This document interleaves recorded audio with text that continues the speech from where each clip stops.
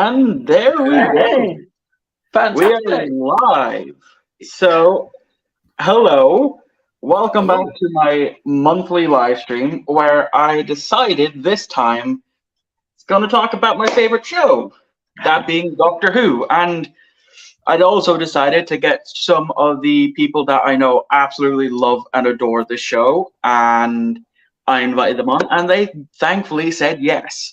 So I'm not doing another solo stream. So yeah, welcome to the channel. So to my right we have Ian Hill, the Rambling, who is a massive Doctor Who fan, even bigger than me as a Doctor Who fan. So yeah, that's saying something. So Ian, why don't you introduce yourself and your channel? Well, my channel is it's all about me rambling on. I just sit there and I'm always positive about things.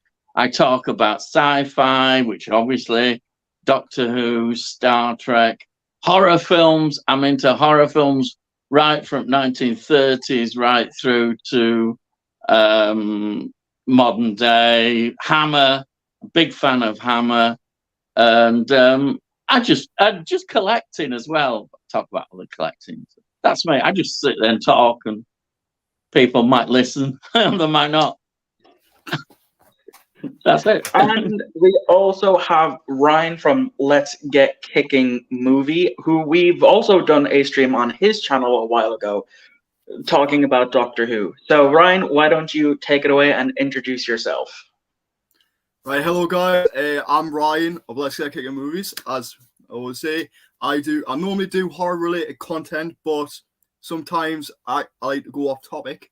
So which means I could talk about what stuff I've been adding to the collection. Like I'll do like top 10 kind of videos as well, like different stuff. Because I'm not just a horror guy. I also love sci-fi as well, like Doctor Who, Star Wars, that kind of stuff. And yeah, I just get up loads of stuff. Plus, my channel is rated 18, so you didn't know when I swear words going to come right aside. But today, I'm going to be clean. That's me. That's me thing. So yeah. Okay, so for the moment, whilst we wait for some comments to come in, I have taken the liberty of coming up with some topics that we can discuss. But first, I do have a question for you, Ian. I'm not sure if I've asked this before, but it's something that came into my head during the week. I know you also collect Doctor Who action figures, as you have a bunch of them sealed behind you. My question is, do you own any of the Daypole Doctor Who figures? Yeah, I have got one or two. They're not in the boxes. The ones that are sad that I am when they came out, I was playing with them at my age. But I do have some Daypole ones. Yeah, a Yeah, because few. Not I many. remember. Yeah, because I remember growing up watching Batman March, who used to be big into doing Doctor Who action figure adventures, and he would do some of the classics, but he'd also review the action figures, and he reviewed some of the Daypole figures that he had, Yeah, and he even showed off the Daypole TARDIS playset that they released for the Seventh Doctor, yeah. which I really do want to get, but it's also very expensive to get as well nowadays, I think. I haven't actually looked at it, but I'm pretty sure it is. But so let's get started with these topics. So in the past week, we've had some big things happening in Doctor Who recently. They've shown off what one of the new people to join the Doctor Who family, known as Jinx. They've shown off their costume for what they're going to be wearing, and they refer to them as the Doctor's greatest foe, which is something that they seem to love to throw around nowadays. So, Mhm. what do you guys think of Jinx's costume? Well, I can tell that we might end up getting a Doctor Who musical episode where it comes from the costume that she's wearing. And it's like seeing like the like the piano like kind of style going around like the neck bit, like and it feels like so like, are we getting a return of a returning character? Like that's the thing, you know. I think is the Ronnie coming back? Say that could be something. So like they finally got permission from the Terrence household, you know, that kind of thing. Like what's going on with them at the moment, and I can see there's a bit of the Ronnie bit there, but you just don't know because like there's been theories that it might be the Master again, but like it's just, but it feels like as long as it says meant to be the greatest enemy of all time that he's that's going to be facing. I was like, okay, how are we supposed to know that until we see the episode? Who is this character? Like, who is she? You know, like, how is she another Time Lord? Just find out it could be Romana but turn evil. You know, that kind of thing. You just don't know. Like, but I am very impressed with the whole like costume design, and it gives like other people an opportunity to build up this world in Doctor Who. Okay. Ian, what do you think of Jinx's costume? This is just it's quite difficult for me to answer this because it's just me personally that have this thing. I don't really like it goes right back to a childhood thing. I don't like drag artist kind of people. I know that's a terrible prejudice to us, especially as a Doctor Who fan. But they always scared me to death. I can be scared by lots of things, like in horror films and what have you. It's like pantomimes. I hated pantomimes. And there is nowadays, I accept that people seem to like it's come back fashionable kind of, you know, drag artists. And so the costume, I just see it's extravagant. But it doesn't really, I don't feel any connection at all to it. And that's terrible. And I feel bad about saying this, but it's just how I've always, but I'm not going on to all this woke business and all that. But I don't know, it's just something that I'm connected. But I understand, you know, that shouldn't matter. And it does in Doctor Who, nothing matters in that sense. It's all about change and that have you. Well, I'd just be interested. I just want to see what they're going to be like. I might think, oh yeah, they are a good villain. So I just have an open mind on it, but I do have that kind of thing inside. It's a childhood sort of kind of fear. I don't know why, but there we are. I mean, that's perfectly fine. As soon as I saw it, I was like, it's different, but it also, the way they styled the hair reminded me of that angry puppet thing that used to swear, you know, the ginger puppet that has the orange hair sticking out like that. Oh.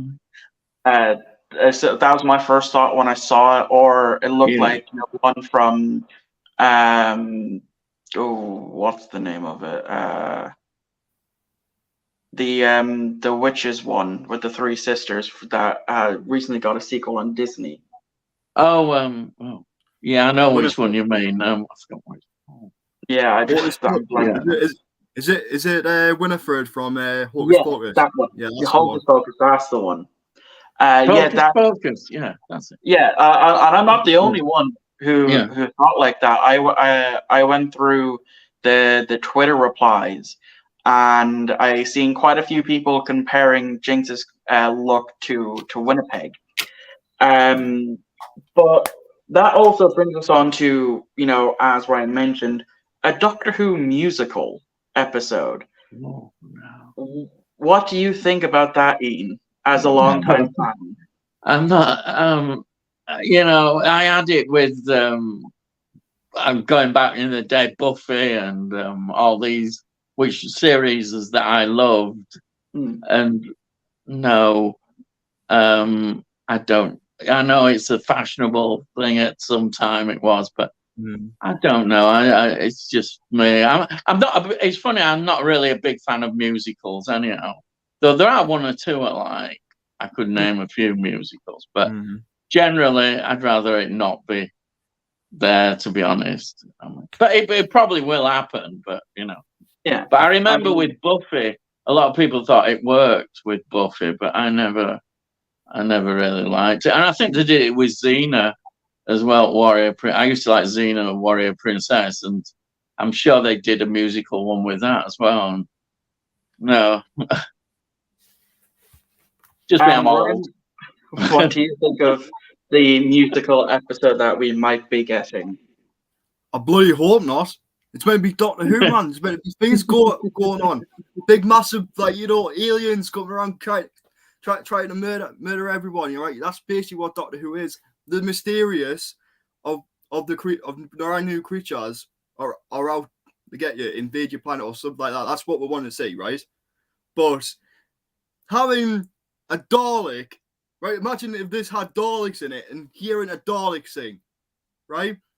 And the one thing I have heard a Dalek sing, right? I think it was Comic Relief this year, right? And they had this whole scene where a Dalek is just literally singing. Like, what the hell's going on here? It's like if that happens, or even a Cyberman starts singing, I was like, what is this world come to? Like, I think it'd be like one of the worst things I probably would see in my life. No, it just doesn't fit for Doctor Who. It doesn't fit for Doctor Who because there's many big things happening, right? That everyone's trying to take notice, right? Trying to figure out the story plans, like what are these aliens up to, right? Well, in another place, we'll have like any alien is bloody singing out at random. What's next? We're going to have Shooty Gat Walsh Doctor guy around singing. Do you think this is going to be Doctor Who's jumping the shark moment? Yes, it would be, wouldn't it? It would be.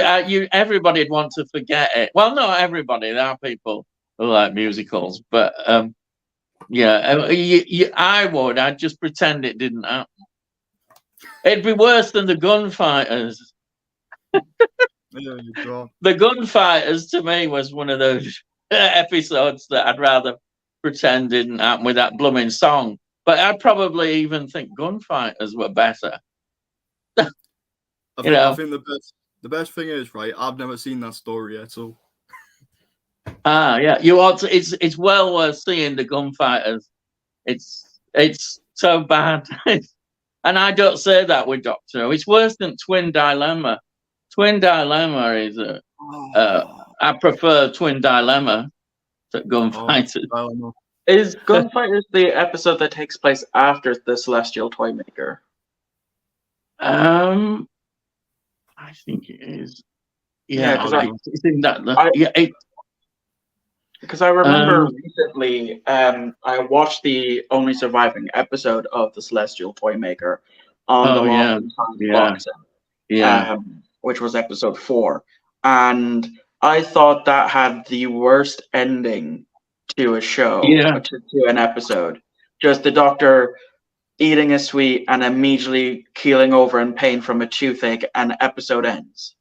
What? Yeah, that's how the Celestial Toymaker ends. Really? Yeah.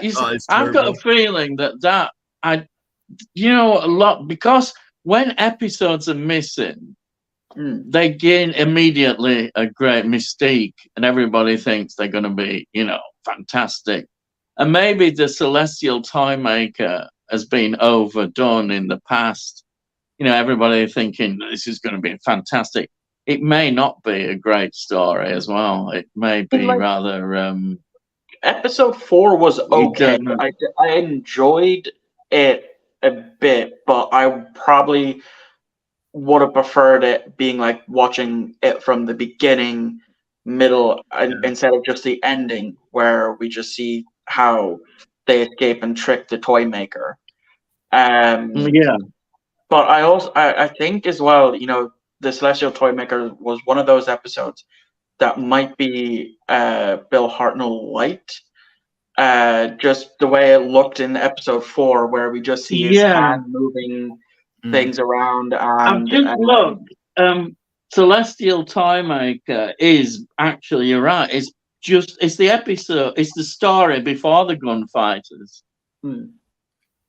I know the gunfighters was partly linked with the Carry On films that were being made. I think they'd done Carry On Cowboy because Doctor Who got in, and I think that's reflected in the whole script and everything.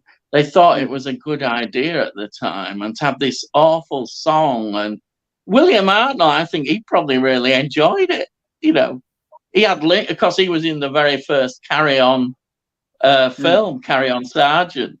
It's almost like he was kind of thought it was a great idea, and maybe people did at the time. I don't know, but it just, when you look at it now, you think, what on earth were they doing? You know, I like comedy has got to really work, and that didn't seem to work for me at all. Yeah, like continuing on with like this Celestial Toymaker, do you think that's Neil Patrick Harris' character for the 60th? Do you think it is the Toymaker? I don't know yet. I don't even know who this mysterious character is. Like all I saw is just which I'm gonna say with his character, it's a big massive mystery, right? I'm hoping, right? I'm still hoping it's either the only people that you're going to say is this another Time Lord that's out there, but has like the powers to do anything he wants, because that's what that character can do, because he literally forced a regeneration, like when the 13th Doctor was regeneration, who was supposed to regenerate into Ncuti, but due to like that whole complicated experience, he forced the Doctor into regenerating one of his older cells, which is the 14th Doctor, but his character is totally different to his other counterpart. So that's something to do thing, because like, if you remember, how can a Doctor regenerate into new clothes? Like, that's one thing that had a mysterious. So that's got something to do either if it is I think it's the Valeyard. Like, that would be a big massive mystery, or a big massive like shebang to get everyone started kicking, after being in the Matrix for so long. And but as I say, it could be Celestial Toymaker. But the thing, you just don't know. You just don't know about this character. But if it is the Celestial Toymaker, like I'm looking forward to like where his character is going to take it. And Neil Patrick Harris, absolute brilliant actor, and I think he's just going to smash out the park. I just have to see where it goes, like with this. And Ian, do you think it's the Celestial Toymaker or the Valeyard? Yeah, and I think without a doubt, because Russell T Davies, this is one thing I like about him, is he knows the history of the program, and he's never been afraid not to dip back right into the history of the program. I mean, I really cheered when he brought Davros back. I thought it was such an important part to history of program to recognize that and bring Davros. So to me, a villain like Celestial Toymaker, it has to be, really. He's very much aware of the history of the program, and he obviously thinks it's a good idea, and he can put his own new take on that character, add to the mythology of the character, which that's what he's good at. He adds to the mythology, and definitely I think it will be. You see, I don't know if before I done research on the Celestial Toymaker, and then listen to the 6th Doctor Big Finish audio that has the Celestial Toymaker in it. That has me a little concerned that it is the Toymaker, because I'm not too sure if either of you are really big into the Big Finish. But originally, during the 6th Doctor's run, there was going to be a revisit with the Celestial Toymaker in Blackpool. Yeah, I remember. Yeah. Yes, there was. Yeah, that's right. Yeah. And I've seen that episode that whole season that they were going to focus on got cancelled whilst they took a year break, and they finally, done a Big Finish audio of that story, and I listened to it, and it was okay. I can see a way around it because in that story, it was revealed that the Celestial Toymaker was not of this universe. He was from a different universe.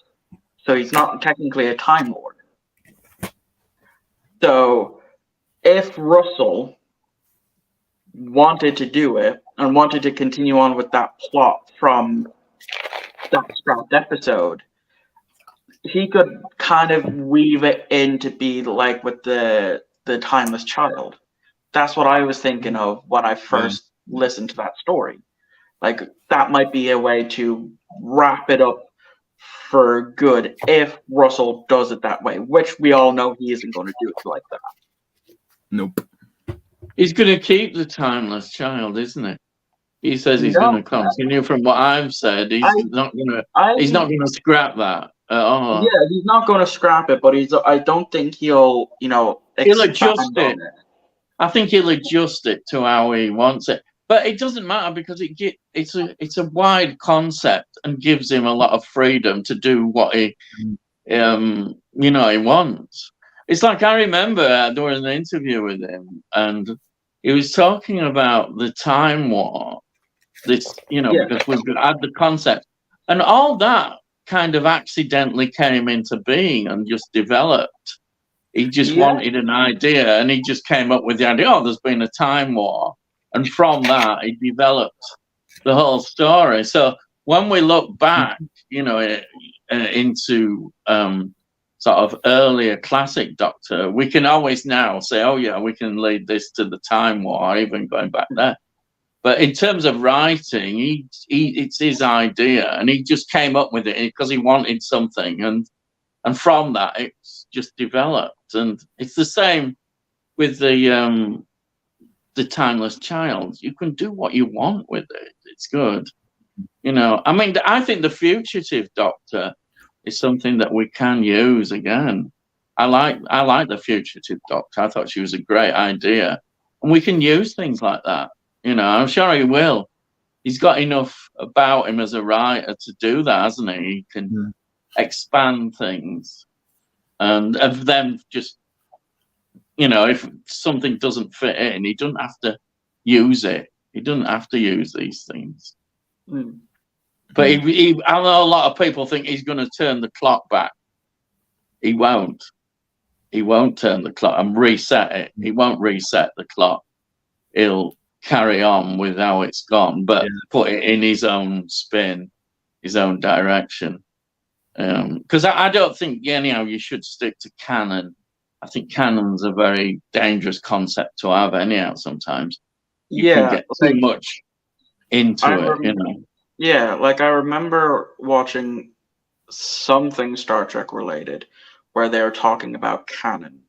And they were saying that with Gene Roddenberry, it was whatever version that he was working with, that is what becomes the canon, With say, how the Klingons looked in the original series to how they looked in the motion picture.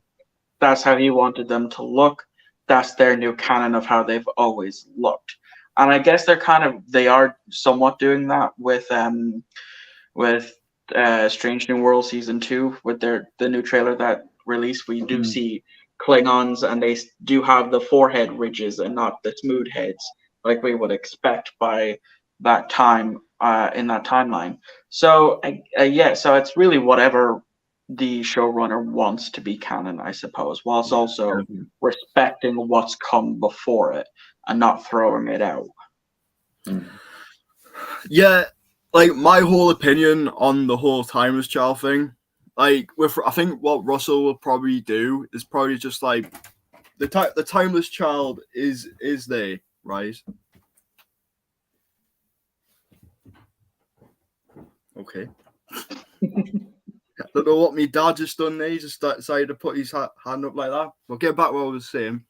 And the whole Timeless Child thing is that I think Russell is right to say, look, we all know the Timeless Child's going to there, but is either it's just going to get like pushed aside, right, for now, then come back at a later date, right? and finally solve this whole like story situation out. Because I think, because the whole fugitive doctor, all that kind of stuff was involved. Like, what bit in? Dad, Tsunami! Is that a Newcastle t-shirt?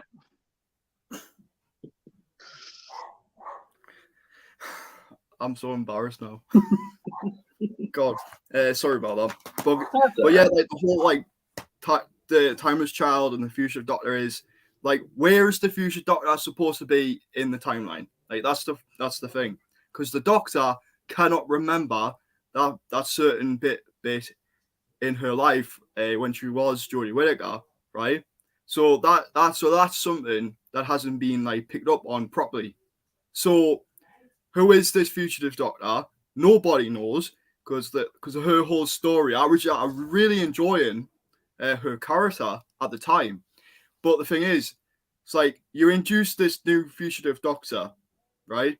Because you had the War Doctor. Like nobody knew who the War Doctor was until not the Trial of the Time Lord, which I'm going to say Day of the Doctor, which you see more about the Time War and stuff like that. And that makes sense about what really went on during that. But the thing is, due to that storyline hasn't been like properly intake into Jodie's run and all that kind of stuff. It's just, I feel it's missing because we never got a conclusion on the timeless child story. But I think because due to Chibs, he's just about hard enough with Doctor Who at the time. Let's just do something completely different and just literally like not finish that storyline off. Is the Doctor the timeless child or not? It was the master line. We do not know. So, but like if Russell continues that within his story, stuff like that, I think he'll probably give it the proper end that everyone wants. So yeah, that's my opinion.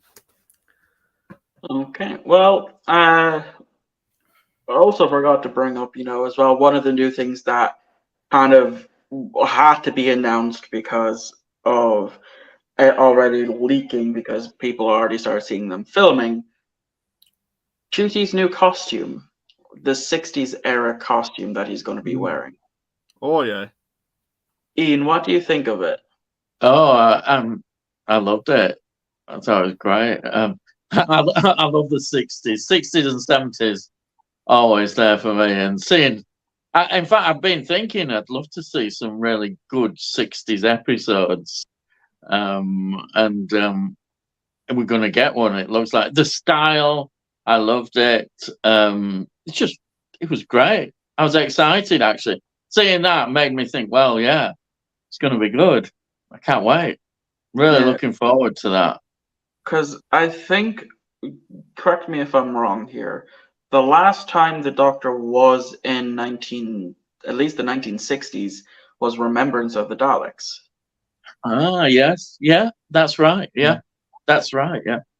Which is a great episode as well. Oh, yeah, fantastic. It's a great story, isn't it? And I'd love to see, that would be great. Fantastic. Ryan, what did you think of Ncuti's new costume? Ooh, Ncuti's new costume. I tell you what, it's very David Tennant-like from the style. Because like whole like his like blue suit that he was wearing, but it's like got lines which like protect from his brown suit as well. Like that is very David Tennant-like. So I'm thinking, because like if you remember, I think it was Blink, I believe it was. So they ended up going back to they got transported back to the 60s in that one. Which unless it was the 50s, something around that. No, it was the 60s. Was it 69 or 68? Yeah, because he was stuck. Because he was stuck in the 60s. But just imagine, right? There's a whole situation that happens in the 60s, and David Tennant shows up again. Imagine that. Well, it could happen because for this past week just gone, it was also David Tennant's birthday. And even though he doesn't have social media, his wife does. And his wife was sharing some photos on her Instagram story. And one of them was with David eating a slice of cake in costume, Mm. which had a lot of people speculating, which is what caused her to then say that he wears this all the time. So That just might be her trying to cover ass, but what do you guys think? Interesting. I didn't see that photo. I'm gonna have to search that up now. I'm gonna have a look. It's fine, mate. Yeah, because I remember seeing it, thinking nothing of it until I was watching, or someone pointed it out, or in some video, I can't remember what one it was. But someone pointed it out, and I was like, "Oh yeah, I forgot about that. That's kind of interesting." Because I think if I remember correctly, David Tennant has come out and saying that this is the last time he's probably going to return to the show. So it might be interesting if we get one final, appearance from him. That wouldn't surprise me. Or it could just be that they're doing some reshoots at the time of his birthday, so they could still be, filming interior reshoots for this one of the 3 parts of the 60th. So there are possibilities of what that could be. But I do like, the fact that Ncuti's going to have multiple costumes. My first thought when I saw this new costume is like, they're doing that for character options, because then character options can make new figures of each different suit that he wore, each different costume that he wore for, like, say, a particular episode or a particular season, like they tend to do with the classics, where Tom Baker has had 3 or 4 looks in his 7-year run that they've put out many different versions of in toy range, and some they've had to actually fix because of previous blunders. So my first thought was that might be just for character option, or whoever's in charge of doing the toys now, because you never know, Disney might be like, hey, leave character option alone. We have this great deal with Hasbro. Why don't you let them buy the license for the toys and have them start making the toys? What one of my thoughts was, and not directly related to that costume, but very similar. I thought, wouldn't it be great if Doctor Who did a blaxploitation thing in America, and he would be perfect in that role. You could see him as a cool, black guy, and Doctor Who, in that sort of era. Wouldn't it be great? Yeah, but I know that won't happen, but you never know. Like if Russell or whoever he has on as a band of writers for series 14, that could be a story that they approach at some point, depending on A, how long Russell is staying, B, how long Ncuti's staying, and C, if there's other writers for this season or the seasons coming up, because this series 14 is confirmed to be just 8 episodes. So it would be a good idea from Disney's point of view as well, Disney Plus, an American sort of angle, looking at an American story. I don't know, I mean, it may not. It just struck me that it'd be quite good at doing that. It would just be a different kind of,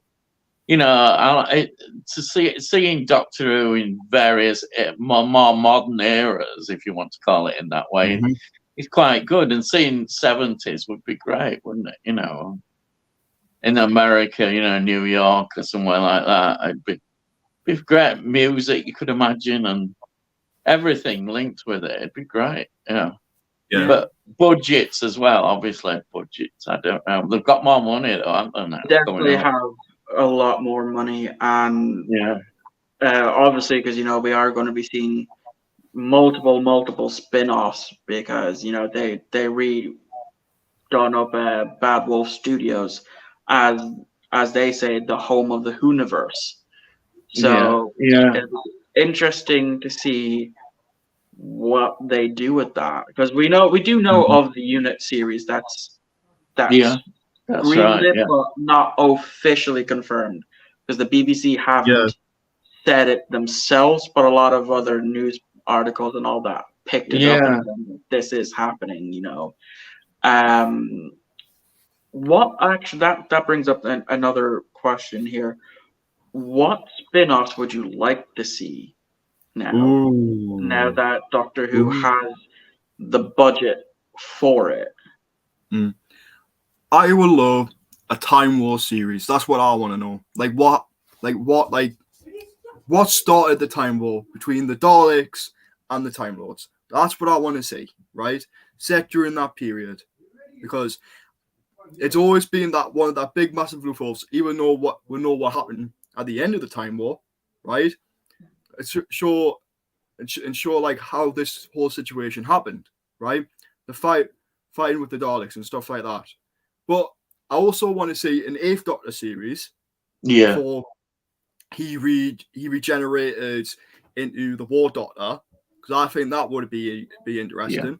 Have some adventures with him, just like a mini series, like something like that. So that means it gives an opportunity for Paul McGann to come back one last time to play that role, because it's a very well missed,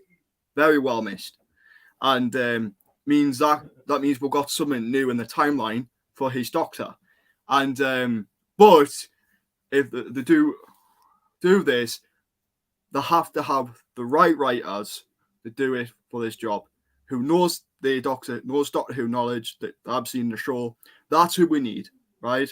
Like, see, Russell for a chance, like Mark Gatiss is another good choice. Neil Gaiman, that's who we need as well.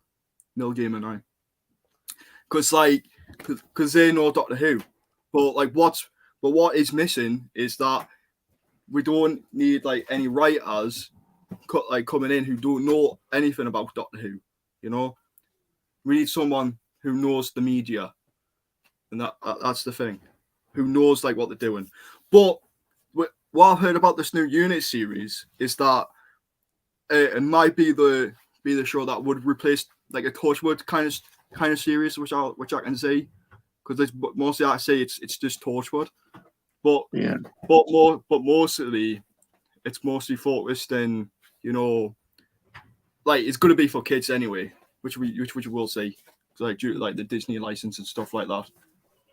Well, I don't know. I think they put what they're doing with Doctor Who under their Star program, which is where a lot of their more adult style programming is, where they would host the likes of the Orville, My Name is Earl, How I Met Your Mother, shows like that. It would probably fall under the Star branding for them.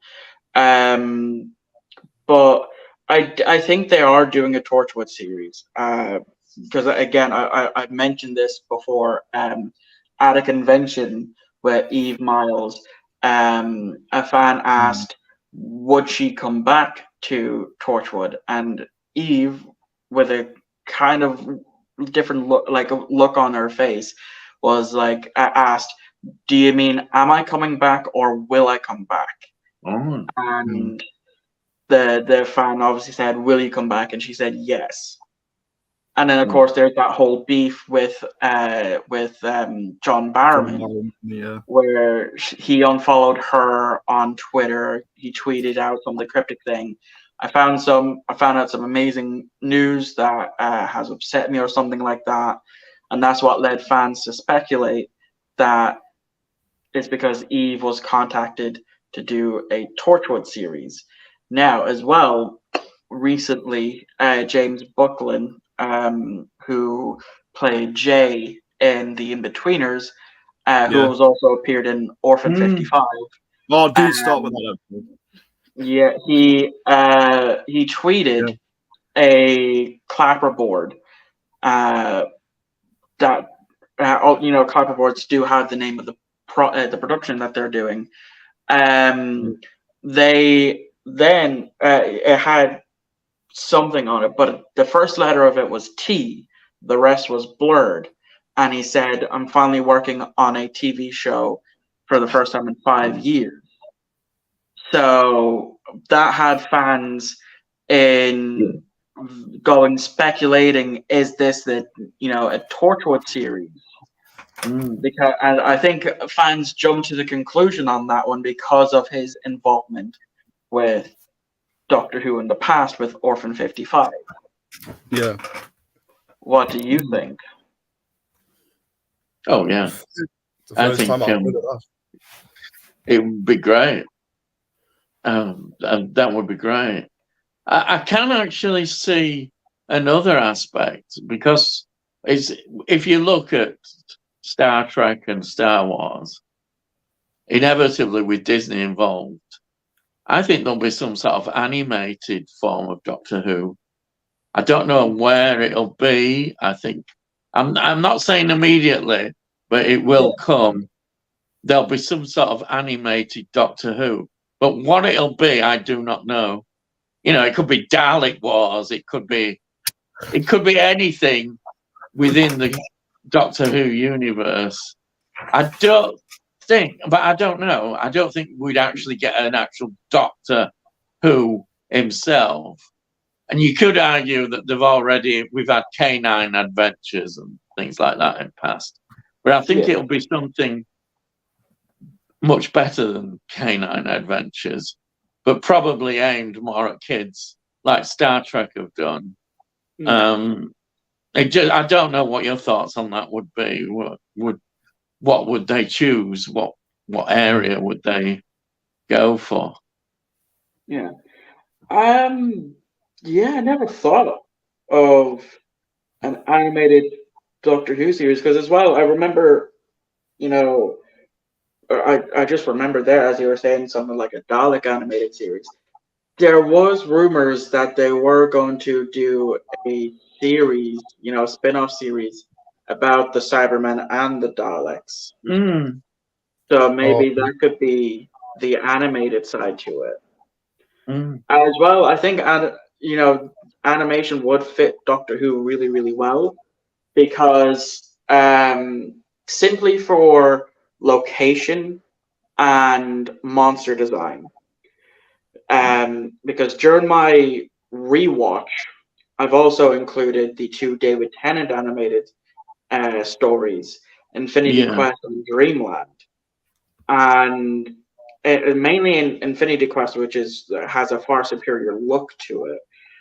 Some of the set designs that they used in Infinity Quest were absolutely amazing, looked absolutely amazing in cartoon form, which had they tried to do that in a modern series, like a live action thing, it would not have looked as stunning.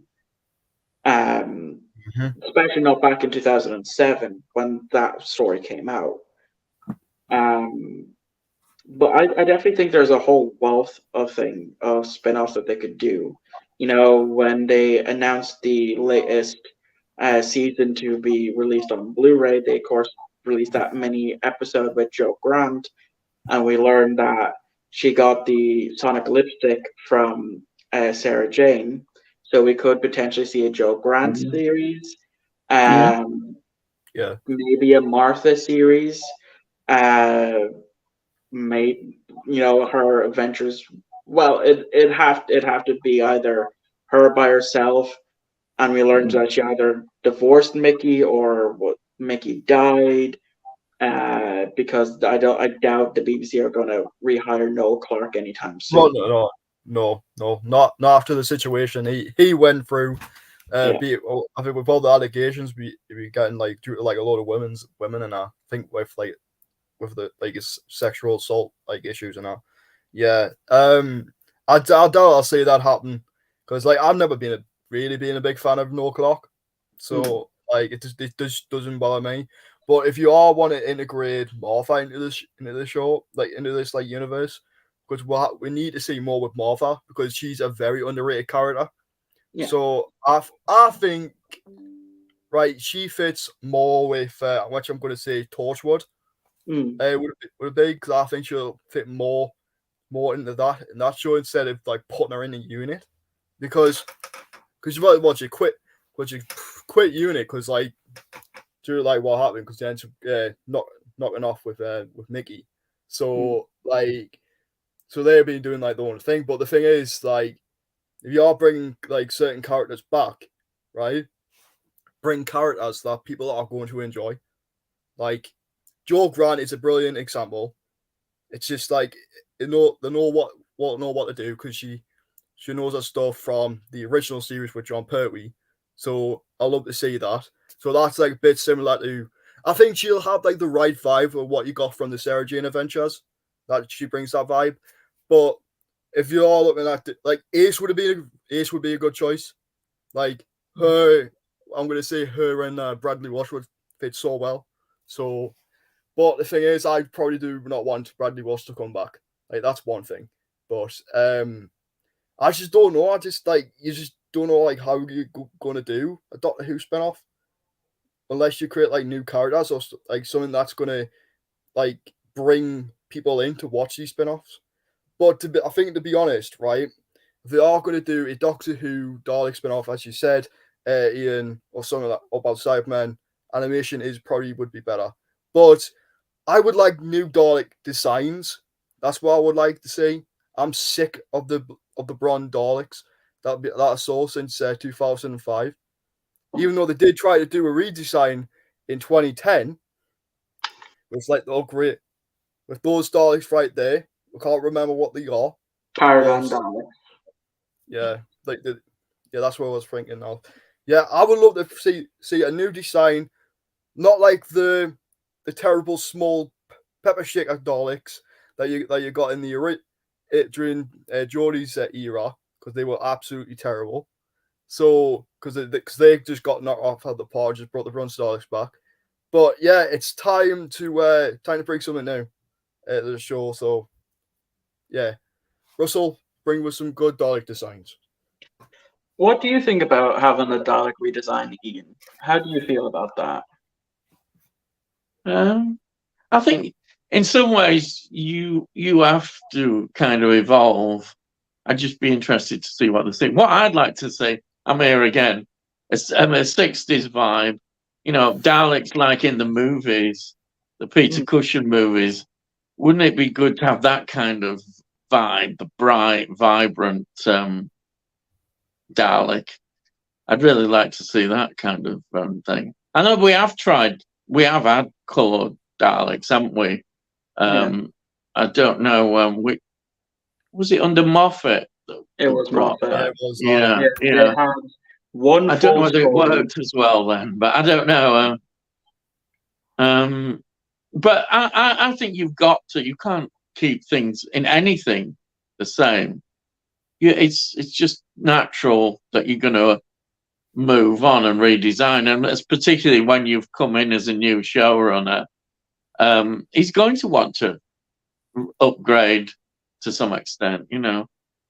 One thing that I did enjoy in the past was when we went to the Mondo Cybermen. I really loved that. That was a great touch. Because they're so scarier. They're much scarier, aren't they, the Mondo Cybermen? Because if I remember correctly, with the Mondasian Cybermen, they were originally supposed to be wearing white gloves, but during production they couldn't find them. So that's why they still had the human hands. Yeah. And the probably budget as well, in those days as well. I mean, that was the whole thing. They wanted a cheap alien, and that's why they were put together. But yeah, it's funny how it's so effective. Yeah. It really worked well, and so it just shows you what you can still do. You know, get those. The Daleks is something. It's such a big design, isn't it? That you can do a lot with, but it's what you do with it, I suppose. I don't know. I mean, with the Emperor Dalek and all that kind of thing. would you like to see more of that? I Well, don't you know. see, I don't mind. I would love to see, obviously more of the Emperor Dalek because apart from his one appearance in 2005, he's only ever reappeared in some of the video games. There are some of the Matt Smith Doctor Who video games that had a Dalek Emperor, and then again with Lego Dimensions when they released the Lego Doctor Who level pack, there was there was a Dalek Emperor that was the main villain of that one as well. So it'd be nice to see someone, see a new Dalek Emperor again. And me personally, though, I do want the new Dalek designs. I love the Paradigm Daleks. I loved them when they first were shown back in Series 5, Episode 3. And it's a shame because they only really had one full episode, and I was only appearing at the end. After that, it was a cameo at the end of Series 5, a cameo at the end of Series 6, and a cameo at the beginning of Series 7, and then they were gone. Never to be seen or heard from again. I wish, because they had their own designations like drone, strategist, scientist, supreme.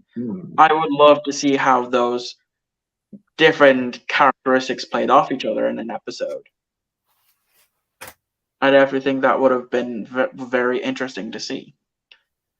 We do have some comments. I'm finally going to get to them. Not many, but some. We have Danny from This Is My Life saying, "Afternoon, gents." Hi, Danny. Not sure if you're still here. Thank you for jumping in. We have Richard here saying, "Afternoon, lads. Hope you're all well. Went to see Evil Dead Rise last night. A good film, but I must admit I prefer the 2013 remake. Technically promising, but lacking something." Yeah, that does. I haven't seen any of the Evil Deads. I bought it, the first one, recently on DVD, but I still have yet to see it. We have Playtendo guy here saying, "Afternoon, everyone. Honestly, not excited for the new era of Who. I just feel BBC is trying desperately to salvage the franchise to get it back to the popularity of the Tennant era." Now, that's actually a good thing to talk about. So what do you guys think of that? It's actually a good question, actually.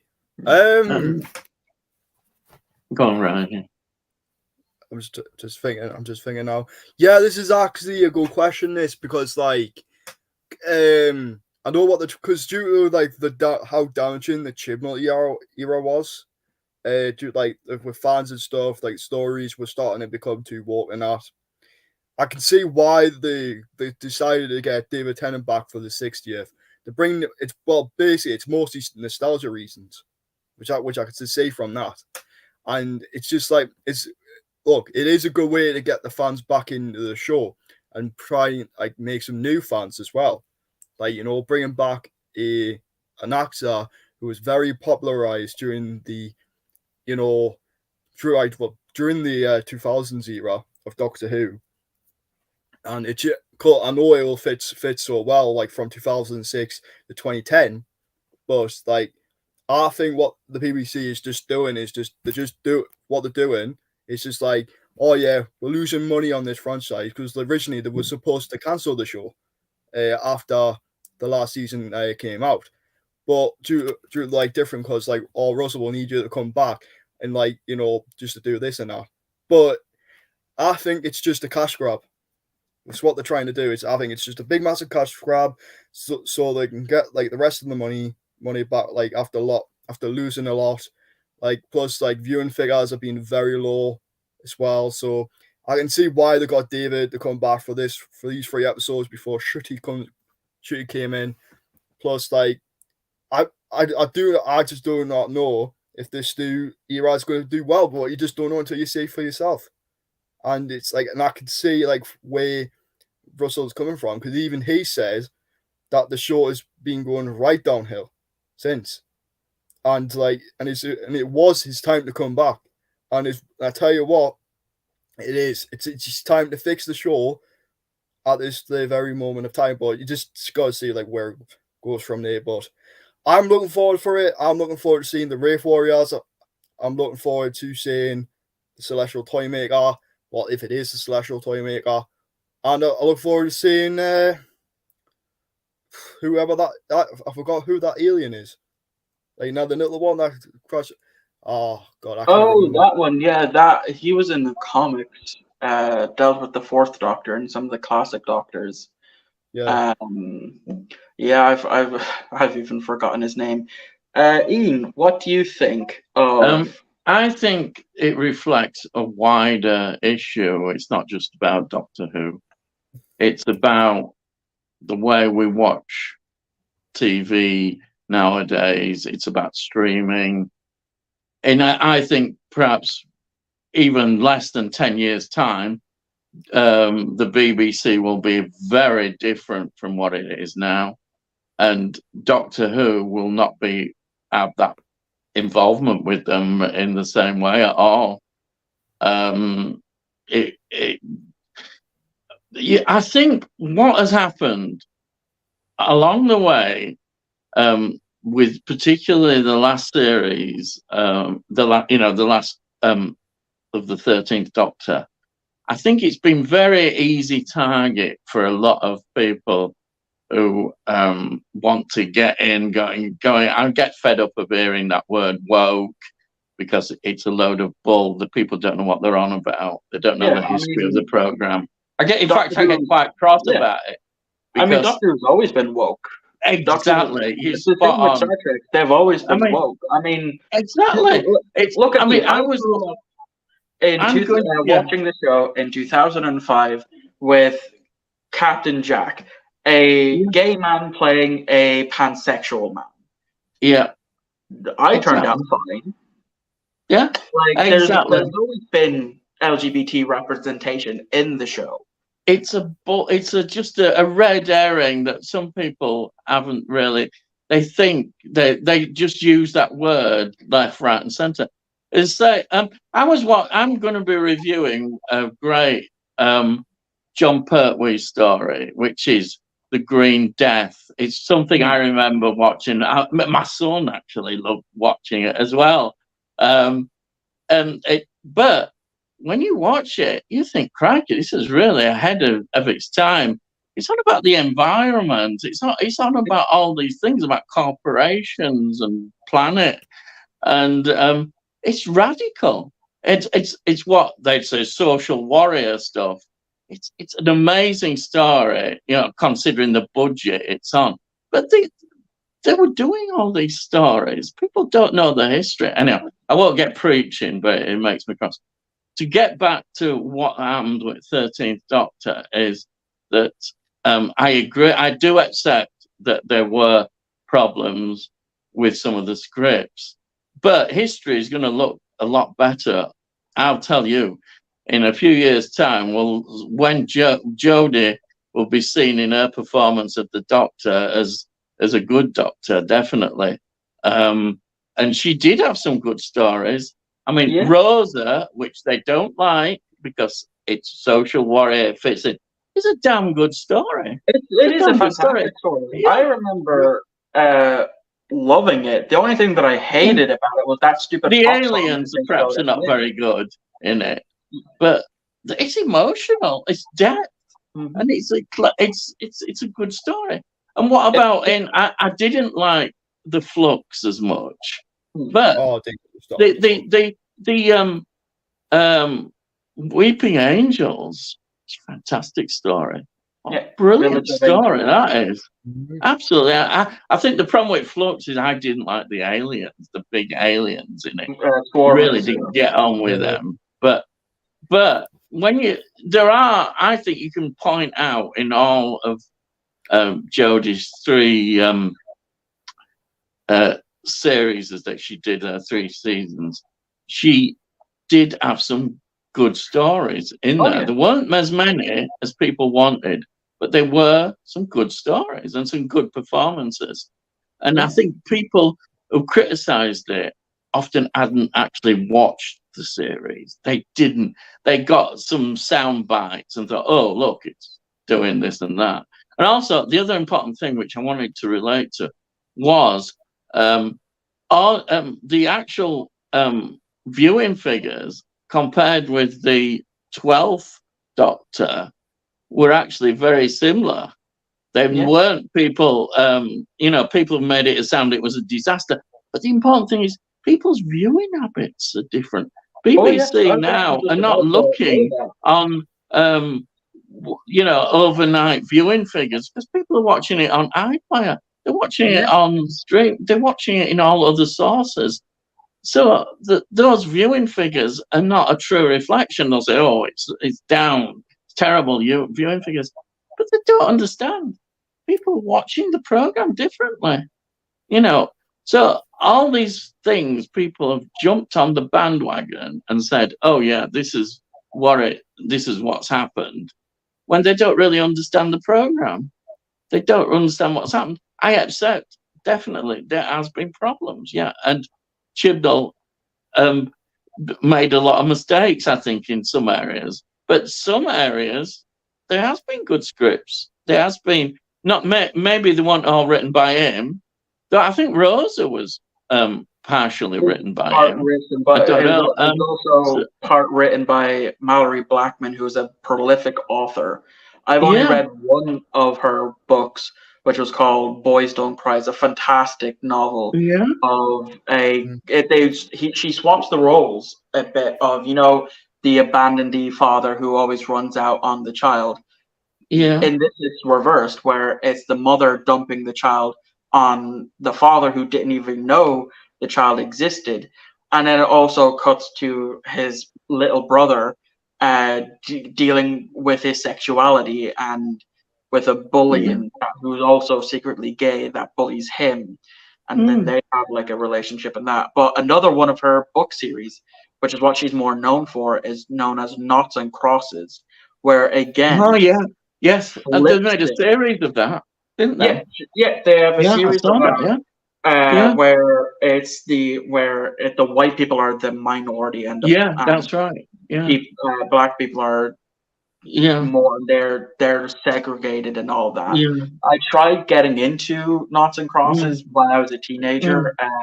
It just wasn't gripping me. I might give it another shot at some point, but Mallory Blackman is a fantastic writer, and I wish he had gotten sole credit for that story and not it being co-written with Chibnall, because we don't know what's Chibnall's and what's hers.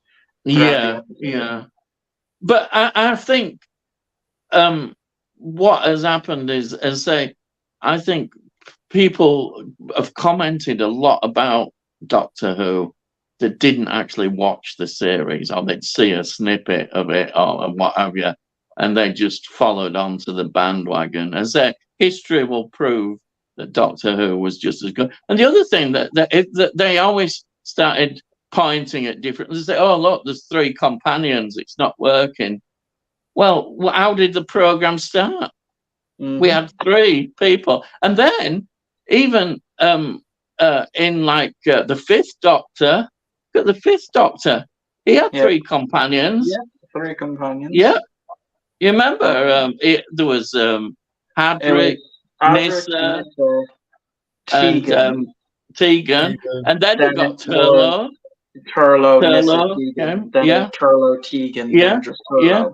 So I mean, it's not as though they obviously have not watched Doctor Who in their lives.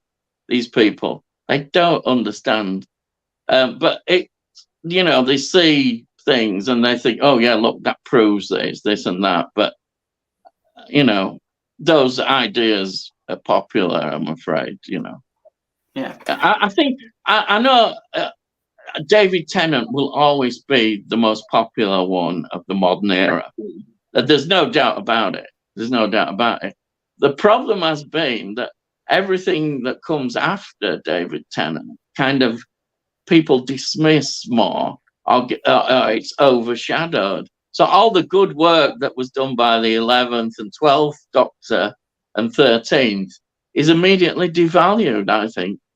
It's even though as we could talk about all the great stories of the 11th and 12th, who had some great stories, but do people talk about them in the same way? I doubt it. I doubt if people, only people that like 10 and us 11 they do. that love Doctor Who. Yeah, The so mainstream doesn't. No. Yeah, like with 10 and 11, they definitely talk about a lot of people talk about 11 on the same pedestal as 10. Some people say he's better than 10. Some Yeah. people say 10 is better than 11. My personal opinion is 12 is better than the two of them combined.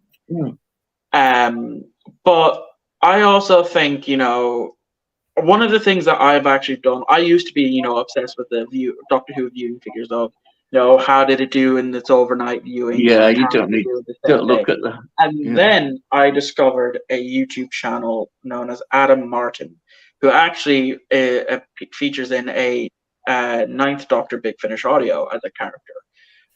He done a series where he would look at the viewing figures of previous Doctors. So from the first Doctor to the eighth Doctor, essentially, he's done videos going in depth over the viewing figures for each story and each individual episode. And by the time I got done with that, I was like, you know what? It's the exact same as the show is doing it the exact same as it's done in the past. But slightly worse now because, as you said, there's a lot more channels that people can watch content on. So they can't really, watch it all at the same time because back then, in the 60s, and 70s, there's only 2 or 3 channels that you could watch, being the BBC or ITV or something else. BBC Two, it was, wasn't it? Yeah. Yeah. Those 3 and 8, yeah.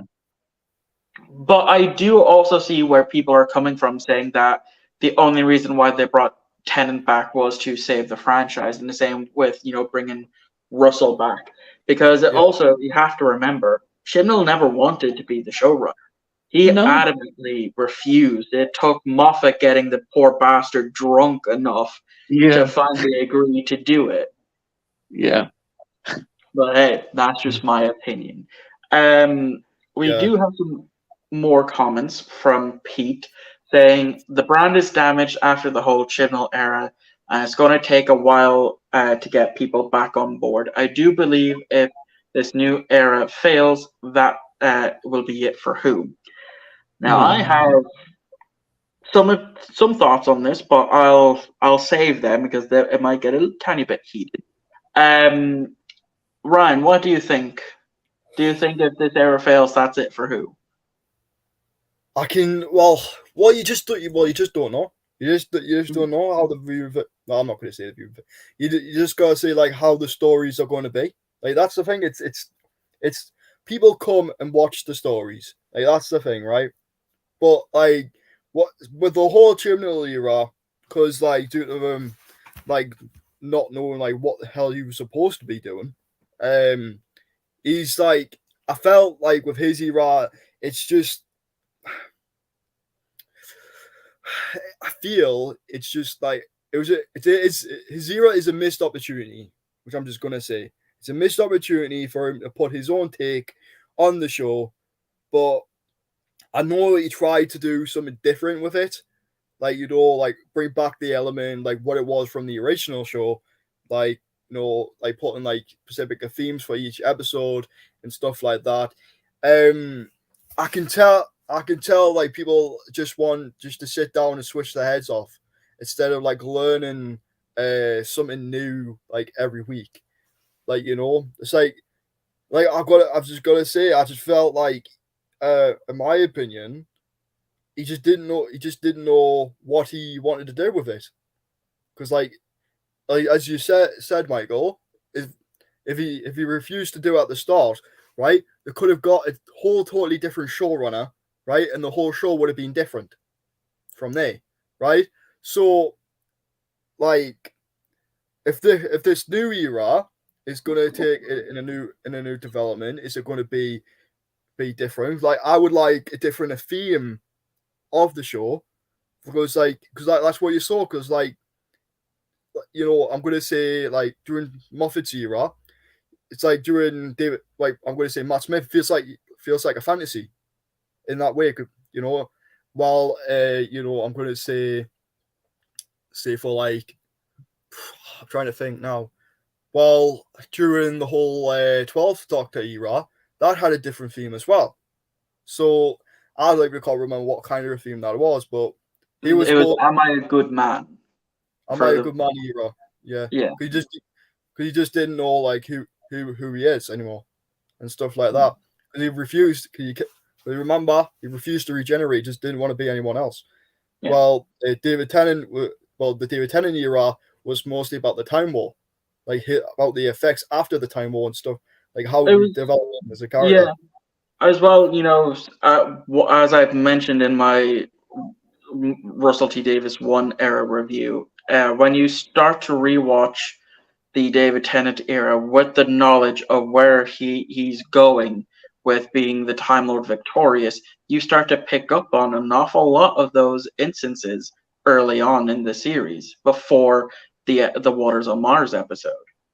Yeah, because like, see with that, it's like that was the whole like Timeless Victorious saga. Because you see that in the End of Time as well. You do see it like in the second episode, because it was a two-parter. Because he was literally like gonna like take out the Time Lords anyway. Like he was holding a goddamn gun, man. When did you see a Doctor hold a gun? Never. But like what I felt like that was a really interesting storyline, but I felt it just wasn't picked up enough. Because like if it was based on a whole series and saying that whole damage to him going back, like him like meeting Paul McGann's Doctor, as you do see in the Big Finish stories, that would have been a big massive hit for Doctor Who. But it's just got stripped aside and just got the Waters of Mars instead.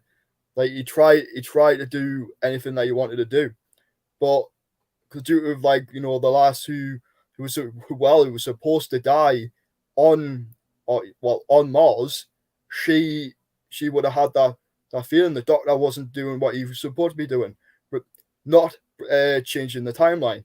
So she basically fixed the timeline, and he is literally just like shouting up into the sky, trying to see if the Time Lords can still hear him and stuff like that. I could do whatever I want. Like you think you should do that, but you can't change history. And that's what I want to see. I want to see a different kind of theme for this new era. Sorry about that. Had to sneeze. That's all right. I want to see a new theme for the era, like something different.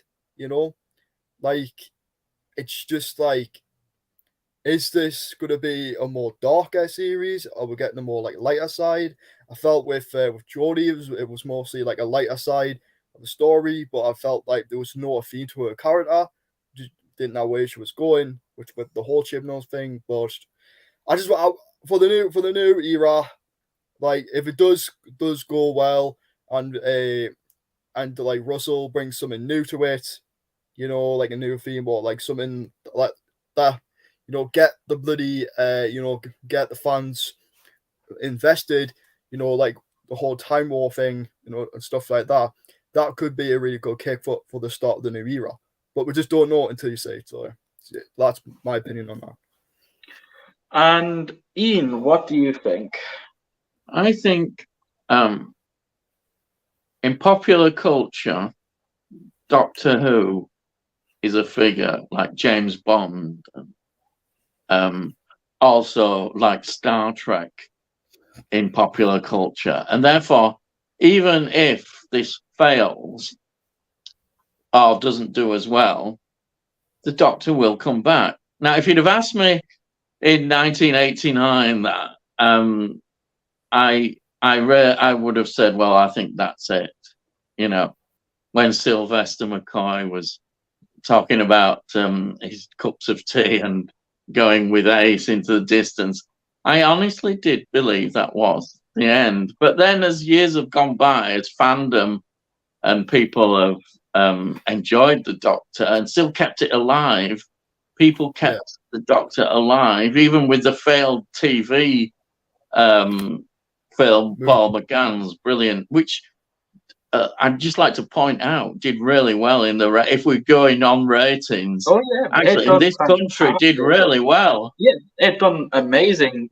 over here, but it just didn't do as well as they would have wanted in America. Yeah, it did well, and we could have had a series from that. It would have been interesting to see how that would have developed. But to get back to the question, so even if this fails, which I don't think it will, but the longevity of Doctor, I think the only thing that is changing, as we've said, is how it's going to be broadcast in the future. And it's not going to be on the BBC. No. BBC will not be there anymore. Yeah. I don't know how it is going to be in the future, but I won't be here anyhow, so I don't. But the Doctor will live on in some form or other. I really believe that quite strongly. It's just an iconic figure. Sherlock Holmes, I've got another. There's certain figures that are just universal. And the Doctor is in our language. The Daleks is part of our language, and that's all stems from Doctor Who. I can't see the Doctor will not end in some form or other. It will come back in the future, even if it disappears. It could be 20, 30 years, who knows? But it will come back. Other generations will discover what an iconic figure the Doctor is. And of course, with reruns now, the availability that people can watch old episodes will keep it alive as well. And people say, oh, it perhaps wasn't as bad. They'll look back and say, oh, I don't know why it got cancelled. These were not bad episodes. I think I'm always optimistic. I have to be now about Doctor Who because it did. I honestly didn't think it would come back. This is a long time fan. I'd given, in the 90s, I really thought once that had failed, the TV movie, I thought, well, that's it. I didn't understand how things were changing because you didn't know then. That was days before internet, really, and the way everything has changed in society. So society, with changing, has kind of brought back Doctor Who, but we didn't envisage it, and that's what's happened. But I say it's like James Bond. They've killed James Bond off, but James Bond will be back. Oh yeah. Yeah, in some form or other. Yeah. Sorry. Yeah. Yeah, like with James Bond is like each era. I feel like that's with each era that's been in with James Bond. This is just a quick nitpick because I'm a James Bond fan as well, and I think with that, that's just with Daniel Craig's James Bond, that's just the end of his variation of the character. So basically, Bond is not killed off. It's just a different person playing the character. That could be because like that's set during modern times. That's just a different James Bond from a different universe or something like that, which it is. Like it's because like everyone, like you're not going to have like the same James Bond in every single one. It's just like some ways it's got to end. Like And that's what they've done great because with the Daniel Craig ones, they had a storyline going throughout the whole movies, and that was really good. But if we're going into Doctor Who terms, it's like when is Doctor Who going to end? Like, is the main show, is the revived show going to get the proper ending that it needs? It will one day, right? It will one day. That reminds me of a video I still need to make. But I might get working on that soon. But like I said, I would love to have an ending to this show, like at some point in time. But it's when it's like, can this show go on for the next like 2 decades? Like that's the thing. It's like sometimes it's time to put this show to rest, but you can still talk about the whole world of Doctor Who itself. Like there's a whole massive universe out there that you can talk about, like new people, like you could talk about the Time Lords. The Time Lords would be interesting, you know, like people on Khan, all that kind of stuff. How regeneration became a thing. Well, we'll know now, but it's just like it's a missed opportunity. But sometimes this show will have to come to an end eventually. So my take is I don't agree with Pete here saying that the brand is damaged after the whole Chibnall era. I don't think it's Chibnall's fault. I think it really started with Stephen Moffat's era. You know, Series 5 of Doctor Who was amazing. I spent all of Sunday of last week rewatching it, and I think it's the perfect season. That being said, the seasons that came afterwards, Series 6 and Series 7, are some of the worst. Then, you know, Series 8 is mixed, is a mixed bag. Series 9 is another mixed bag. And Series 10, his final series, was amazing, you know. But I think people are just using Chibnall as a scapegoat, not remembering how bad the Moffat era was. Like, it got almost as bad, you know, with fans as the Chibnall era. The Chibnall era is just the one that is the straw that broke the camel's back. But it was a lot worse during Moffat's era. And granted, some of that is warranted, you know, with Moffat's era, you know, with how he treated Amy and Rory. That relationship was very toxic. How he treated River Song is another one. Some of those you can easily tell he was typing away on that script and those scenes with one hand under the desk and the other hand typing, and with a bottle of lotion off to the side. But people forget that somebody like John Nathan Turner was absolutely despised. Oh yeah. You think Chibnall's had hate? He got so much hate. Yeah. Oh my! If he'd have been in internet age, he would have been. His life would have been worth living. And this was way before that. You know, the amount of hate he got from what he did. That's exactly. It's nothing new. It's nothing new. Any of this.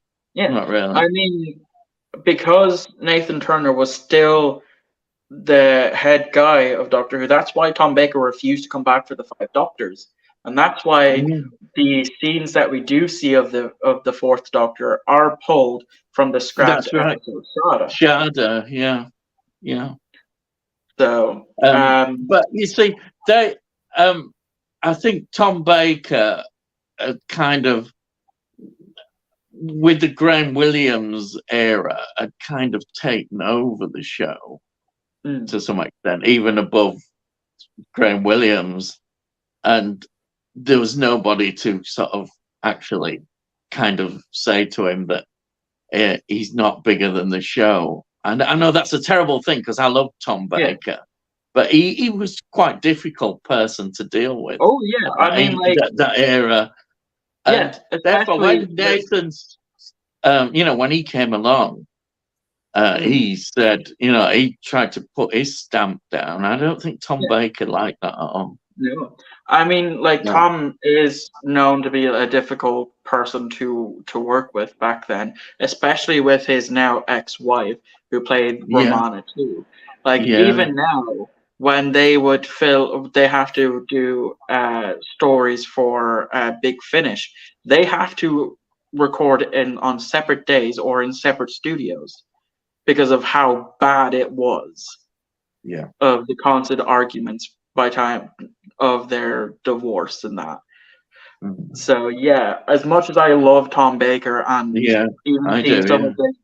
even though seeing some of the clips, of him on TikTok that I tend to repost on my Instagram, I do know for a fact that he was a difficult person to work with, and that's just the case with shows. You'll have people that find difficult to work with and on all that. But I did have this comment pulled up. Playtendo guy says, I will say the best bit of Who since the Whittaker era is the smartphone game about the Weeping Angels. It's on Switch. And I'm currently playing. Great script and ties to the episode Blink so well. The Lonely Assassins. Yeah, the Lonely Assassins. Now, I know of it. I know there was someone a couple of months ago it was a video that I watched who played every single Doctor Who game from back in the day to the Lonely Assassin, and he says that the Lonely Assassin is the best Doctor Who tie-in game we ever got. So I can definitely see that. Ian, have you heard of the Lonely Assassin game? No, it's one thing. I'm not a gamer. I don't know very little about games. My education comes from listening to other people. Well, from what I can remember and what I know of the Lonely Assassins, obviously, as Pete says, it evolves around the Weeping Angels and it evolves around the episode Blink, because they actually do get, and this was released during lockdown. This whole thing, you're basically a random person tasked with by a unit to uncover the mystery of Lance Nightingale disappearing, and it has to do with the angels, and you're solving all these puzzles. The actress who plays Osgood, she reprises her role in this. I can't remember if the Doctor's involved in it or not. I don't think so. But no, that's an entirely different game. That's the that's Edge of Reality or something like that. Yeah, there's two games. You got the Edge of Time. 2 games for the Switch because they ported it over to Switch. But one of them, the Lonely Assassin was a phone game that you could play, and then the other one, Edge of Reality, was a VR game that you could play. And then they released a patch that had David Tennant in it at the end. But yeah, it's like I said, from what I've heard, it's supposed to be one of the best Doctor Who tie-in games. What do you think of it, Ryan? Well, mate, I haven't really played them. It's just I do own the Lonely Assassins. I tried playing it a bit, but it wasn't really my cup of tea. I see, it's just I'd rather have I like a proper game where you can just use a controller or something like that. Like you can just enjoy not like a first person shooter, but like a third person where you can play as the Doctor. Like like I mentioned earlier, there are a few Matt Smith centric games. There were some free ones from 2010 when that era first started up, where he had to do with the Cybermen and the Daleks. Then there was a Wii and DS game. The Wii game is absolutely shite. Then you got the PS3 game. Yeah, the PS3 game, which is the Eternity Clock, I believe it was. I think that's what it was called. That was one of the decent games that came out. But I've got to give credit to the games that you would got for free. The Matt Smith ones that you said, they were brilliant games. And you kind of find them anywhere now. There might be some sites where you might be able to download them so long as you're wearing a pirate hat and have a little parrot on your shoulder here. But yeah, they were really they were on Steam, so if you had them downloaded from Steam, you'd be able to play them. Because they're fully voiced, with the original actors and all that, which is good. But yeah, and then of course the last comment that we have here was from Danny saying, "Yes, I'm still here listening, just cleaning the house, enjoying the Who chat." And that's all the comments that we have, which means it's time to go back to my list of topics that we can talk about for the next half hour or so. Now, this one is a question to the pair of yous that I will also answer as well. What was the first full episode of Doctor Who you remember watching? For me, It was the Christmas Invasion. It was Christmas of 2005. I remember it well. I was on a beanbag chair. My mother was asleep. Must have been when we came back from being at my granny's. And it was also this Christmas that I had gotten a Yu-Gi-Oh! Seal of Orichalcos dual disc, which might go over your heads if you're not big into Yu-Gi-Oh! And that. Yeah, I know who about you. Yeah. So I remember saying, "Oh, ma'am, look, Doctor Who is on," because I knew she was into it because I had seen clips. I've seen bits of Father's Day, and I believe it was The Parting of Ways. And then the first full episode I watched was The Christmas Invasion, and I watched. I was like, "Oh, that seems cool," and then it became my whole life ever since. So that was my first full episode that I watched. Who wants to go with theirs? Right, I'll go for mine first. Exactly the same. Really? The same. Yeah, it was. I was 5 when I first got into Doctor Who. That was the first first episode I saw with the Sycorax. That's what they were called. Love to see them come back, but in a more like menacing way, not just like near towards the end. You know, Yeah. like I felt that episode was a brilliant start for like people who wanted to get into Doctor Who, like Rose as well. But it's like I wouldn't have known about Doctor Who until that Christmas episode came on. Right, something that you should just throw it on, right? Because I know it came back in 2005 anyway with Christopher Eccleston, right? But that was just the show coming back the very first time. Nobody knew about the show when it came back until David Tennant, which is like started popularizing the show. And like, you know, even Chris Eccleston he's a brilliant Doctor as well. But like, but with David Tennant, he was like the first story I remember seeing with the Sycorax, and it felt so like up my street. And I never since seeing that story, it got me well into Doctor Who the past couple of years. I probably missed a few episodes because I would have forgotten what time would have been on unless I was out, because I'll just probably watch it the next day when it used to be on BBC Three. Yeah. So, or BBC iPlayer, because BBC iPlayer was around then as well. But like, it was a really big opportunity for me, and I just loved every single minute. Like, you know, it's just I used to watch it every single time when it's on a Saturday. Saturday was a brilliant day to watch it, and unless it's like the Christmas special, which will be on either during the week or the weekend. But it was just so well. I'd say so. First episode, Christmas Invasion, same as you. So, Ian, if memory serves correct, you started watching in 65? Yeah, I was looking up. I've just been looking up at transmission date. You see, I would have been 4. I was 5 in 1965 June, and for my birthday when I was 5, I got a Dalek. We had a party, and there's even photographs I've got of it. Now, at school, I remember we were all into Daleks, and therefore, I think the very first episode I saw would have been Dalek Invasion of Earth. It was transmitted just before Christmas, 1964. And also, in 65, also that year, was the Chase, a famous episode with the Beatles in.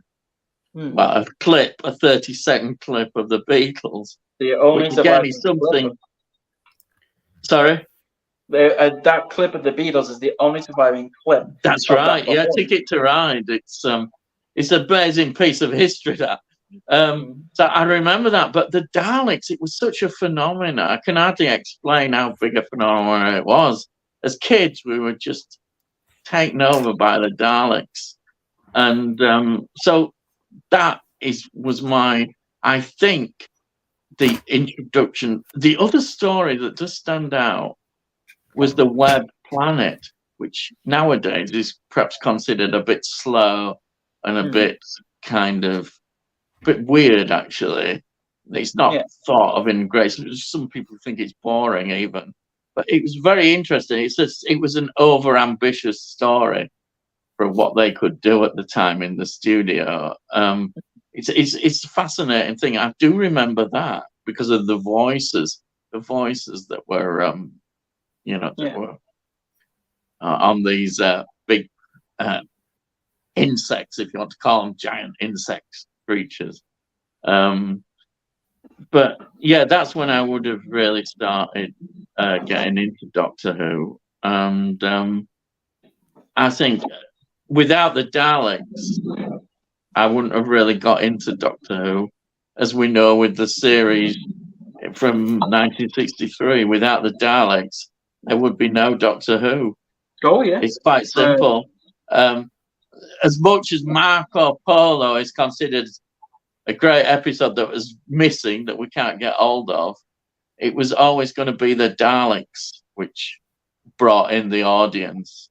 It was one of those moments in time that just changed the history of a program. It would have gone one series and that would have been it. Doctor Who. It would have just been a footnote in history. Oh, that seemed a good idea. But the Daleks changed everything. Once it goes over into a cultural phenomena, then you've got yourself something important. And that's what happened with the Daleks. It just seemed to strike the note. And of course, a result of that ultimately led to the Dalek films in the cinema. The Peter Cushing 2 Dalek films, because there were money they could be made now. It was a big phenomena at the time. And that's how it... Yeah, that's an interesting point. Do you ever think a Doctor Who film would happen? I want it. I want a Doctor Who film. I think if they were to do a Doctor Who film again, unfortunately, it might have to be a TV movie type of thing.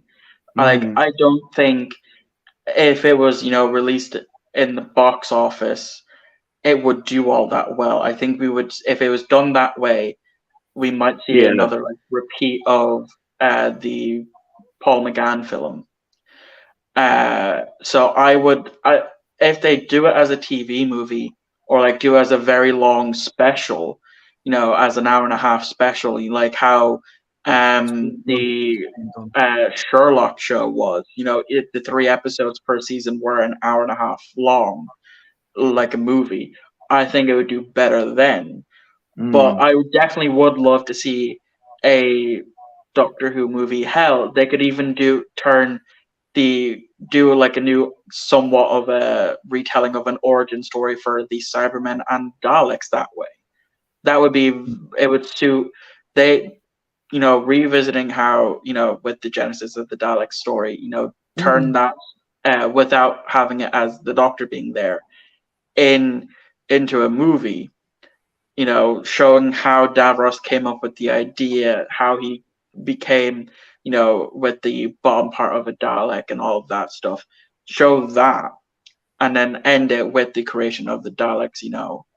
That I think would be very interesting to see, because we do see somewhat of the creation of the Daleks in Genesis, if memory serves correct. Yeah, but not enough of what led to it. Yes, I'd like to see more. Yeah, as well as the mutations to the Dalek mutants and all that. That would be very interesting. We do have more comments from Pete over at Playtendo Guy. He says, I will say my favorite series of New Who is Series 5. Karen and Matt had electric chemistry together. Add Rory too, it was brilliant. Some superb episodes like Amy's Choice and Vincent and the Doctor. Now, I'm going to say my opinion for June, because that's when my review for the whole of Series 5 is coming out. So I'm not going to say a word, because that will take away from that video. So who wants to take a whack at this one?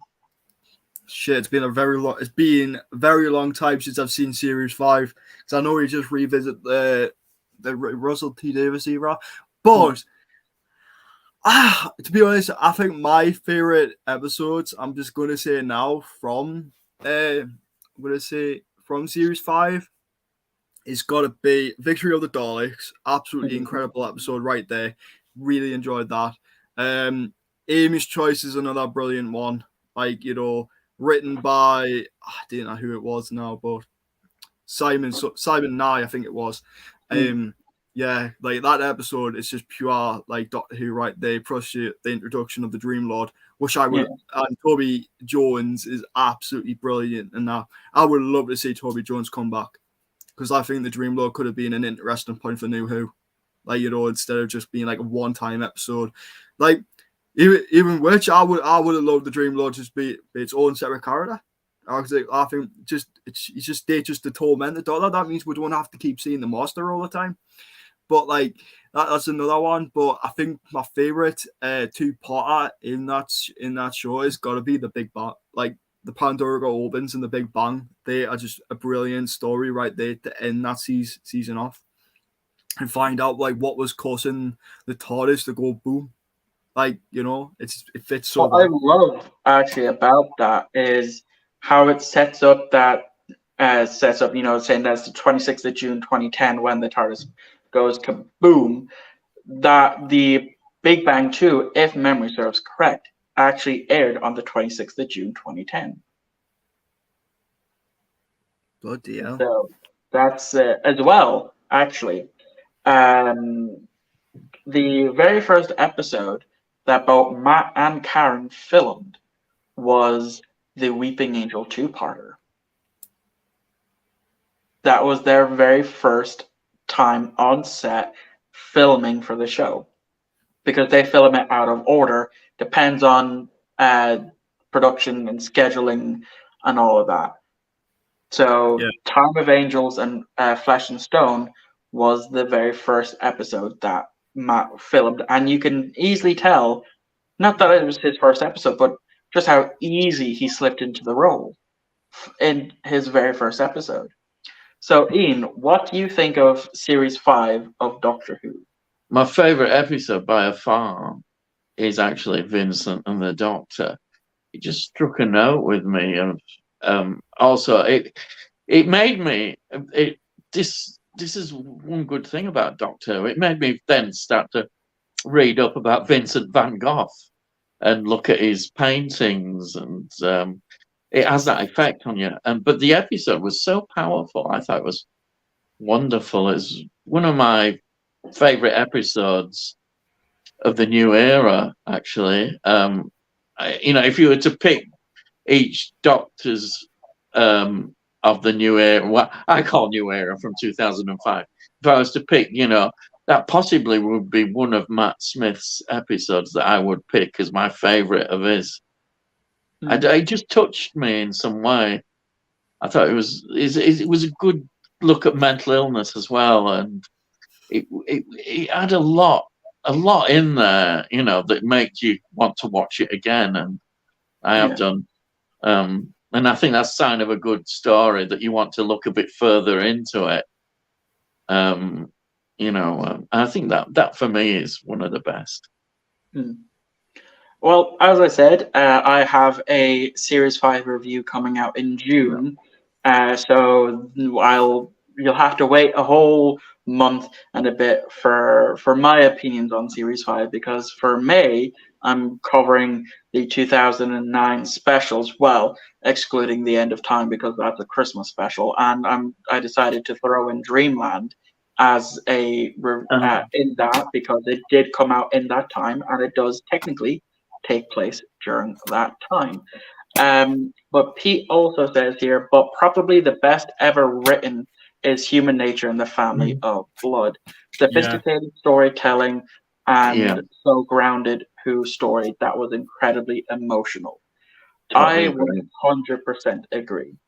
As I was mentioning before stream, the Human Nature episode was a book for the 7th Doctor, and they got the original author for that story to come back to pen these two-parters.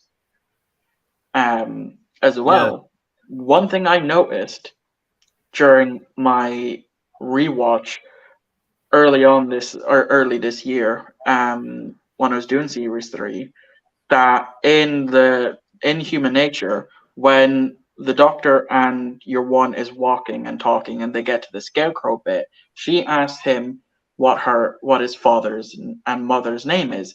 He says Sydney and Verity, which is obviously a Yeah, reference to yeah, Sidney Newman and Verity Lambert. that's Sidney right. Newman Yeah, being the creator of Doctor Who, and Verity Lambert being the very first producer. I love that. Yeah. But yeah, Um, I love this episode. It is in my top 5 for sure. What yeah. do you think of the episode, Eden? I think it's absolutely superb.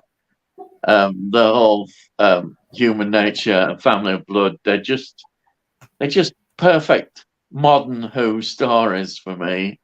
And also, I think the one thing about Doctor Who is I do love to see a darker side to him, and to see a dark side of Doctor Who is good. I think we should be reminded sometimes that he's not always this person who we think he is. That there are hidden depths there, and those hidden depths sometimes are not always as nice and cozy as we think of the Doctor. And I like that. I like to see that he's not always this perfect character, is he?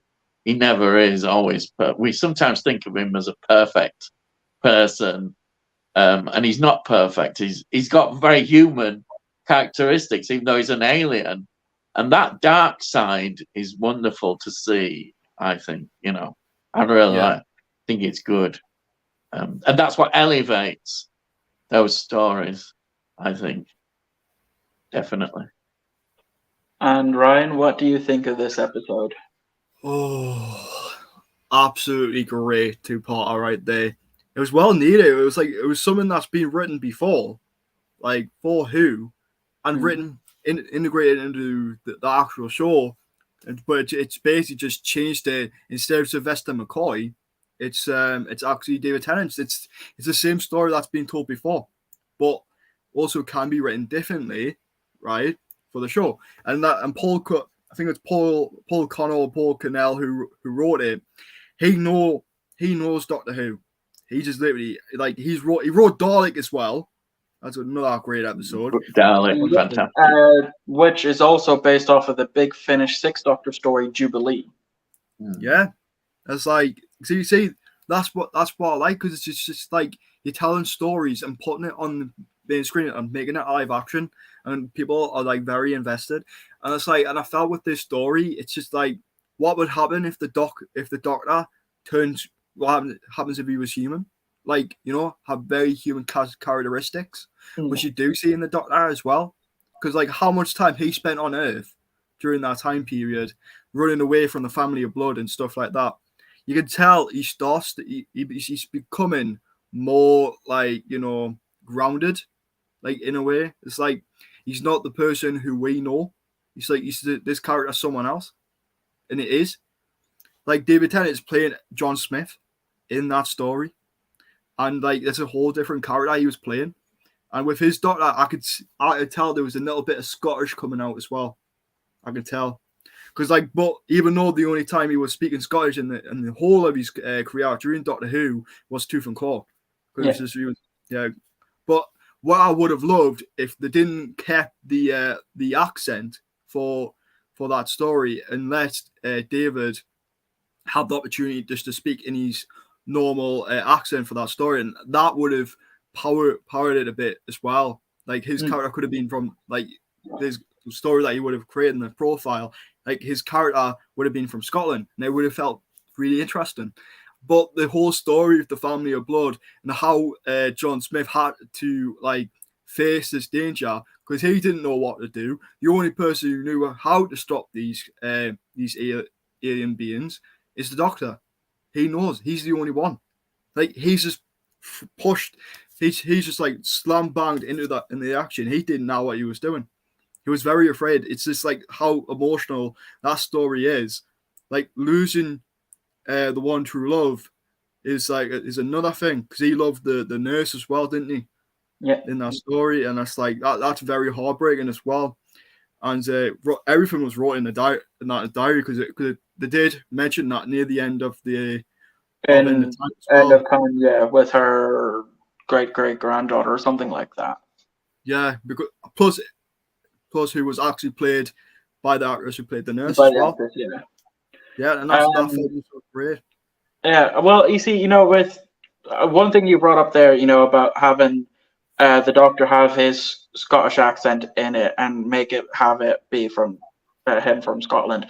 I get that, but I also like the fact that this episode continues the running gag of Classic Who, where whenever the Doctor mentions that he's from Gallifrey, they say, "Oh, where is that? Is that in Ireland?" That's fair. It's That's like, fair yeah, it enough. must be. I just love that every time it's like, at least we aren't being disrespected yet. Yeah, like to be honest, like if we're looking at like different doctors, I would love to see an Irish doctor. Like that would be cool. Technically, we do have an Irish Doctor, with that was confirmed.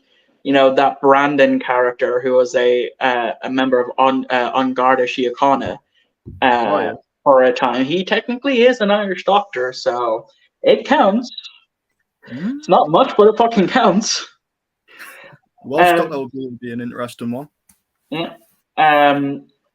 Pete also says, also gonna say it, but Martha, on looking back on her, was such an underrated companion. Gonna say it. Series 4 was overrated.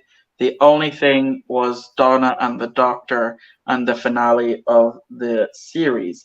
Now, well, this season, which I'm just going to say, that's one of my favorite seasons of Doctor Who. Actually, I know how people would say it is overrated, but that was the season that I really thoroughly enjoyed because there was nothing that was going on between the companion and the Doctor. There was no love storyline, which worked. It was just Donna and the Doctor as you would have saw in the original show, and that's what I enjoyed every single minute of it because no one's falling in love with each other, and that was the problem with season 2. But like, I get where. But if you see from Martha, who was in love with the Doctor, right? The Doctor didn't love her. It was just like the other way around. you see, I have an issue with Martha being in love with the Doctor because during my rewatch of Series 3, and I even mention it, I believe I mentioned it in my video, it comes out of left field. Like, she mentions that, she doesn't have feelings for him.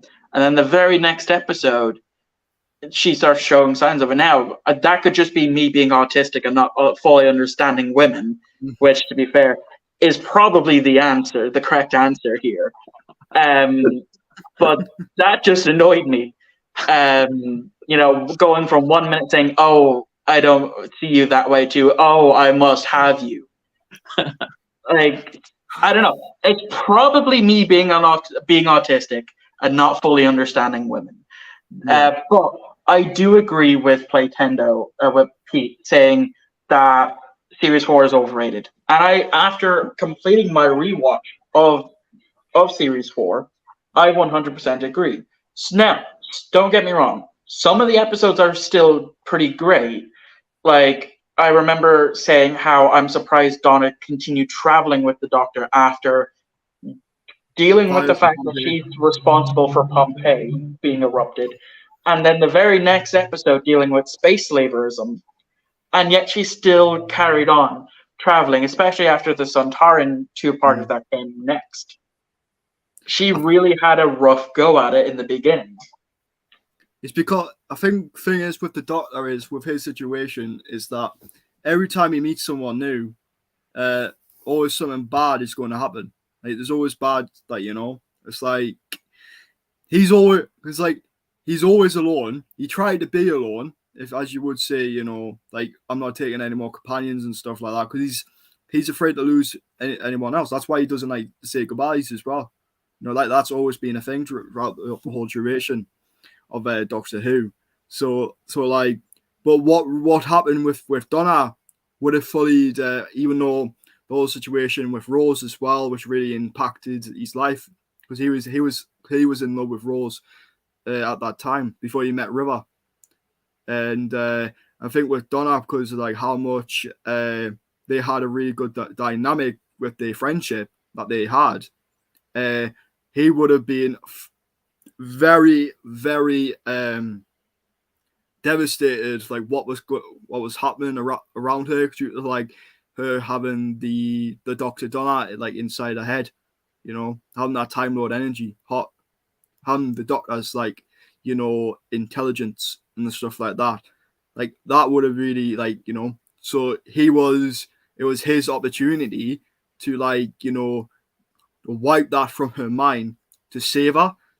Because like her mind, because as you would say, her mind will burn and she would have died, right? And it's like that could have happened. Like, you know, that the whole situation with End of Time. That's why like every time, you know, with if Donna recognizes the Doctor as David Tennant, or still, well, unless he see him in his other era, she died, and he was afraid to lose her, as you would know. And but due to Donna's coming back, that hopefully that storyline might finally get sorted out and let Donna be free. Like what's going on? As I think I said this during our live stream, Ryan, a couple of months back. My theory is how he's going to do it is he might, you know, Donna could potentially still have, you know, the regeneration energy in her from when she touched the hand, because it was a two-way meta crisis where the regeneration fed back into her. So it is possible that she still has the regeneration energy. The Doctor then takes that out of her, takes the regeneration energy out of her, takes the Doctor part out of her, which he couldn't do before. And then that causes him to regenerate into Ncuti, but that also means Donna can still have her memories. Or he'll just do another bout of wiping her memories, you know, that type of thing. Hopefully that won't happen again, because like when that episode, near the end of that episode everyone was literally devastated, like what was going on. Like people were crying. It's a very sad moment in Who history, and I do see that people do not want to see that again. And I don't want to see it again. I want Donna to have her memories back, the memories of her having the Doctor after all this after the last 2 decades. You know, it's just like it's time to let her be free, because like she's went through a whole lot of shit during her time as when she was a companion, and I'm not remembering everything at all, because what I saw in the time, I saw there was something like she's trying to remember something, right? But she can't remember, because and I think that's very, very wrong. What's happening in that situation, but I'm hoping this situation gets sorted in the 6th year. It's going to be a very, very big story, because we never had it's been a very long time since we had a 3-parter, and because it's continuing, this could be the very last episodes with David Tennant, and it's an opportunity to finally sort that storyline out. So yeah. Ian, what do you think of Martha as a companion? I always liked Martha. I was just when you was just talking there, I was trying to reflect between how an important facet of the Doctor's character has changed from the classic series up to certainly Sylvester McCoy. The Doctor's relationships were very clearly defined, really. He loved his companions and he really cared for them, but there was never, ever going to be any romantic people might have even thought it was creepy in a strange way. It's the way society has changed to some extent. And now, as soon as we've got into well, actually, of course, the one that really broke it up was the 8th Doctor TV movie, of course. That was the big change. And it's interesting because it upset some of the traditional fans. But everybody always says, well, look, he must have had romantic relationships because he had a granddaughter right at the beginning of the story, Yeah. and It's still a so big massive mystery. it's not new. But some people can't seem to handle that kind of thing.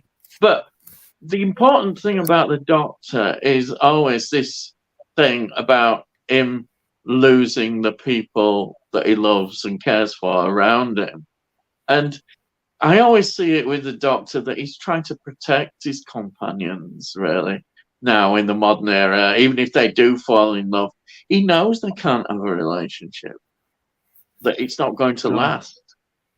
He just knows it, and he doesn't want to hurt them.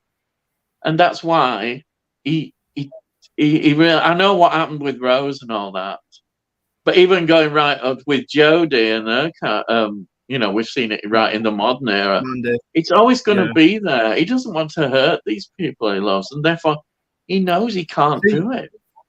And that's an important part of Doctor Who, I think, and it's something that should be preserved. And incidentally, I was thinking about this business about wiping memories. Of course, Jamie was a character, even though they did bring him back with the two Doctors. All his adventures with the second Doctor were wiped, apart from the last one in the War Games. It always seems a very cruel thing to do, wiping somebody's memories and adventures with the Doctor, because Jamie was one of the great companions. He was so loyal to the Doctor.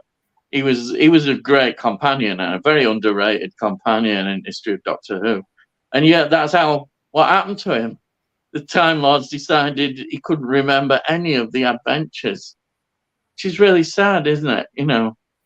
And the same with Donna. It's just so sad that they did that. And especially as I think I've thought about this as well before. Well, I know why Donna was popular, because Donna was more like the viewers. She wasn't afraid to point things out, which some of the other companions, like as much as I love Martha, she wouldn't point things out in the same way. Even Rose, I don't think, would point things out. But Donna went straight in and pointed things out to the Doctor. They might not always have wanted pointing out, but she was really good at that. And she was like the viewer, some extent. She was very much with us, she wasn't afraid to tell him, whereas the others sometimes were. And I think that's one of her strengths as a companion, definitely. I'm not saying she's my favourite companion, but I can see that in her, and I do. There are some episodes like, is it Left Turn where she's in that, isn't she? Oh, Yeah. that's incredible. Such a That's my classic personal episode. favorite. It is. It's one of the best episodes, isn't it? What an episode It's the that is. ultimate what if theory. I love it. I love that. Yeah, I like alternative timelines and things like that, and that is wonderful. That's so good. It's like what happens if the Doctor died? Like, if like the Doctor didn't meet, she wouldn't know who the Doctor is if you didn't turn left and didn't go to H.M. Clements, which her original job was. That's when you wouldn't have met the Ragnos and stuff like that. But the things would have happened, but people still would have died, Yeah. And it would have been up to like Torchwood to sort everything out. So, like if Donna didn't turn left, everything would have been so different. And I can tell. And but there's another story point which I've very like known from the Doctor's like past the relationships. It's got to be River Song. Probably like one of the most complicated relationships in Doctor Who history. And it's like, and I felt like this was if the Doctor was ever going to fall in love again, it would have just been River. Even though they did get married, the Doctor actually was the only one that he wanted to be with properly. And I saw that, but due to the whole situation, what happened in like Silence of the Library and Forest of the Damned, or what the hell the last episode was called. He didn't even know what was going on because of how complicated, like different throughout the whole in the timeline she was coming in, because it was all maxed out and stuff like that. I can see the Doctor throughout the whole history. He knows that River was the only true love that he had, and it worked so well, right? But when you saw it in, as I say before, when like River Song sacrificed herself to save this version of the Doctor, because I heard, right, in that story before that story ends, there was a saying that, you know, that she has seen this face before, so but it was a bit more older, as you know what I'm saying. So it could mean in the 60th we could see the return of River, because like I don't think so. It'd be interesting, but I don't think so. Yeah, but she remembers David Tennant's Doctor, so she knows the 14th Doctor as well. Like she never knew about Peter Capaldi's until, like, you know, well, that got revealed. So yeah, it could be that, you know, they could have had an encounter during the, you know, in between the Waters on Mars and the end of time, you know, because there's a big stretch of timeline there that we've never seen. You know, we only recently got to see, you know, him marrying the Queen in the 50th. That was it. That between the end of time, so between the Waters of Mars and the end of time, the only thing we know is what he said at the beginning and what we've seen in the 50th. So it could be sometime in there that the Doctor could have met up with River. The same in Big Finish. I think they have met up in Big Finish. I'm not 100% sure. I'm not massively into the Big Finish range. But if she does, you know, as a Hail Mary show up, it'd be interesting to see, for sure. There's been also a thing that what needs to finish, like the Revelation and stuff, is that what would have been a really big impact for the show now is the return of Susan. Yeah, like it needs to happen. It needs to happen. It's like Susan, right? Unless you were listening to the Big Finish, like she returned to Gallifrey, because I know she returned to Gallifrey. It's like, yeah, during the Time War box sets, they recalled her to Gallifrey or something like that. But I agree. Do you know if they've ever on Big Finish examined Susan's mother? I don't think so. That would be interesting, wouldn't it? Yeah, but there's been theories that Susan might actually just be like made into in a lab somewhere. That's one thing I've heard, and that the Doctor, because he was lonely back during that time when he was still on Gallifrey, she would have just been like created for that point. So do you think that means that Susan is not really a proper Time Lord? Well, like, as well, you have to remember that in the original pilot, Susan says that she's from the 49th century. She's a person who is from the 49th century. So it could be that the Doctor found Susan as a child or as a baby from some adventure in the 49th century, if you count the original pilot as canon, and then raised her as her own from that point. Do you think something tragic happened to the Doctor's daughter, that she was killed in some way? Could be the Doctor's choice. There's all sorts of things that could be. Yeah, there's so many possibilities that we could go down for that route. Yeah, it could have been Jenny. Like that could have been one thing, like how Jenny was created, because she's just created from the Doctor's like DNA, like in that machine. So Jenny could be Susan's daughter, but you just don't know. Like that's the thing. It's just a big mystery. Like Susan is being one of these characters that are literally just being left, just being pushed aside ever since she was retired, like when she was left at the end of like Dalek Invasion of Earth, and because the 6th year is a big, massive opportunity to bring that character back and finish that storyline off.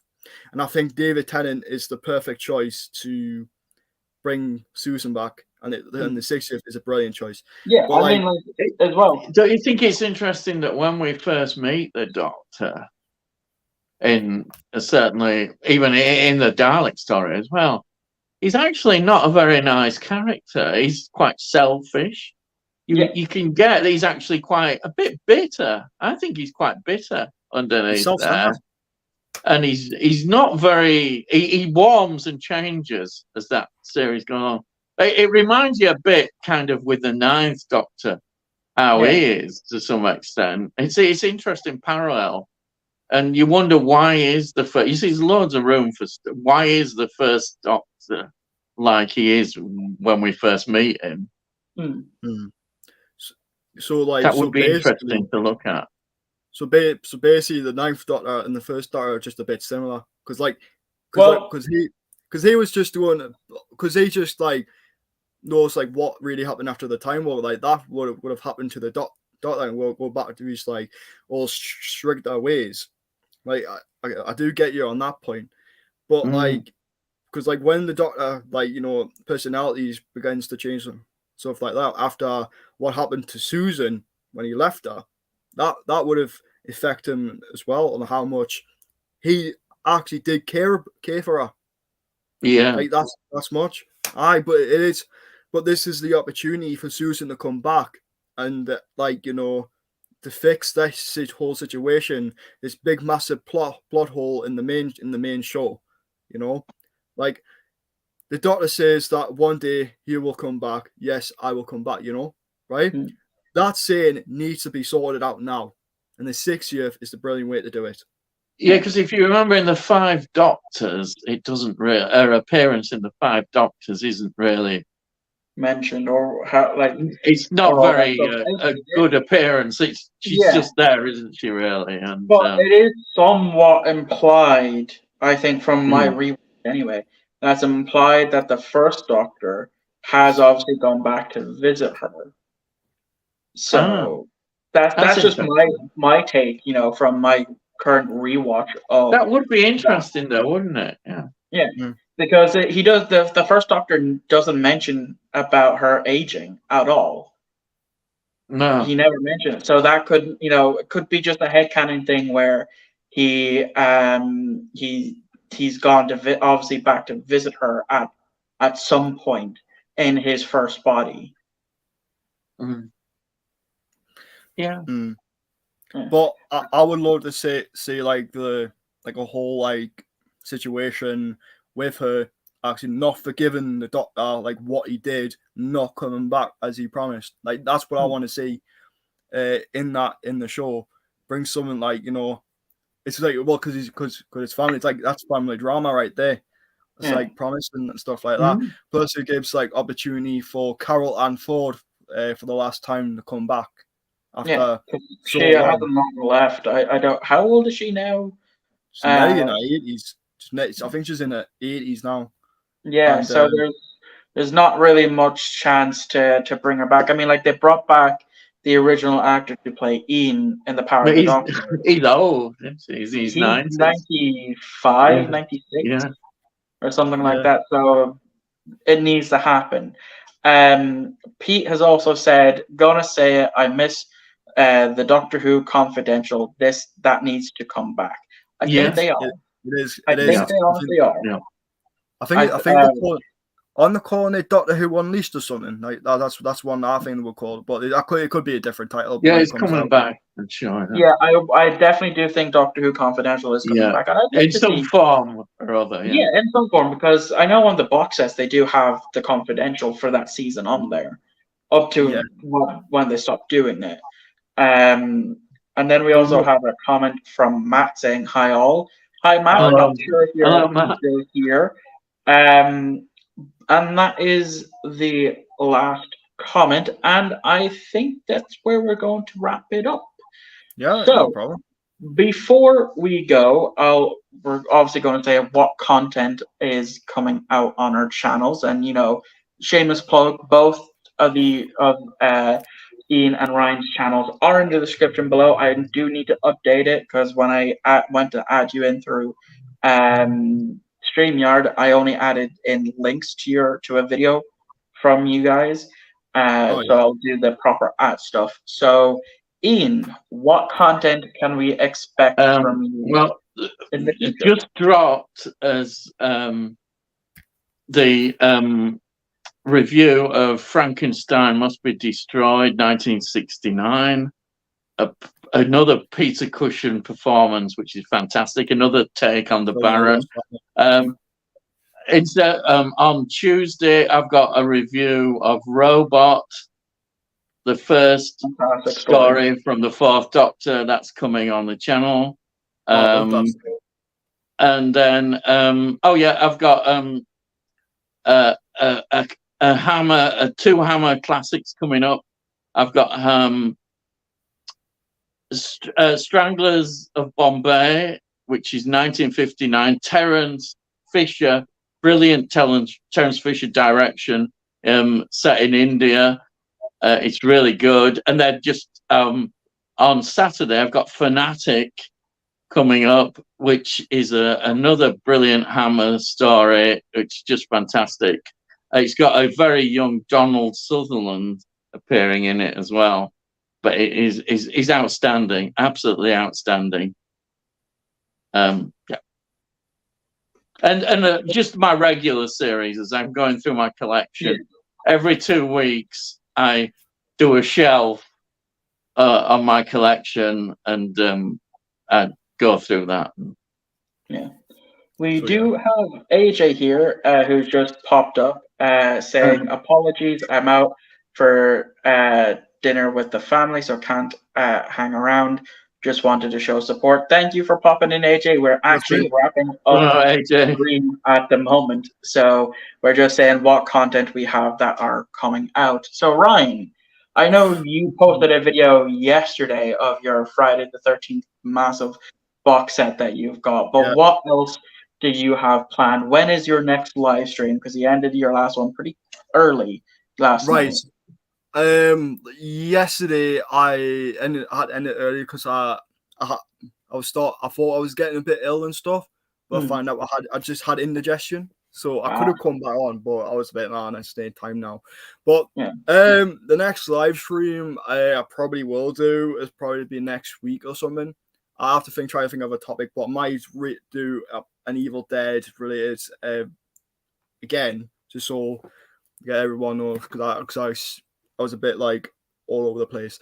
But I am going to need to start filming my next series, which is Darkness Within Horror. I've been putting it off for a while, but that won't be too long because they don't take long to record anyway. But for the editing process, that's when I get really invested in, because that's when I can put all my the video clips I use and stuff.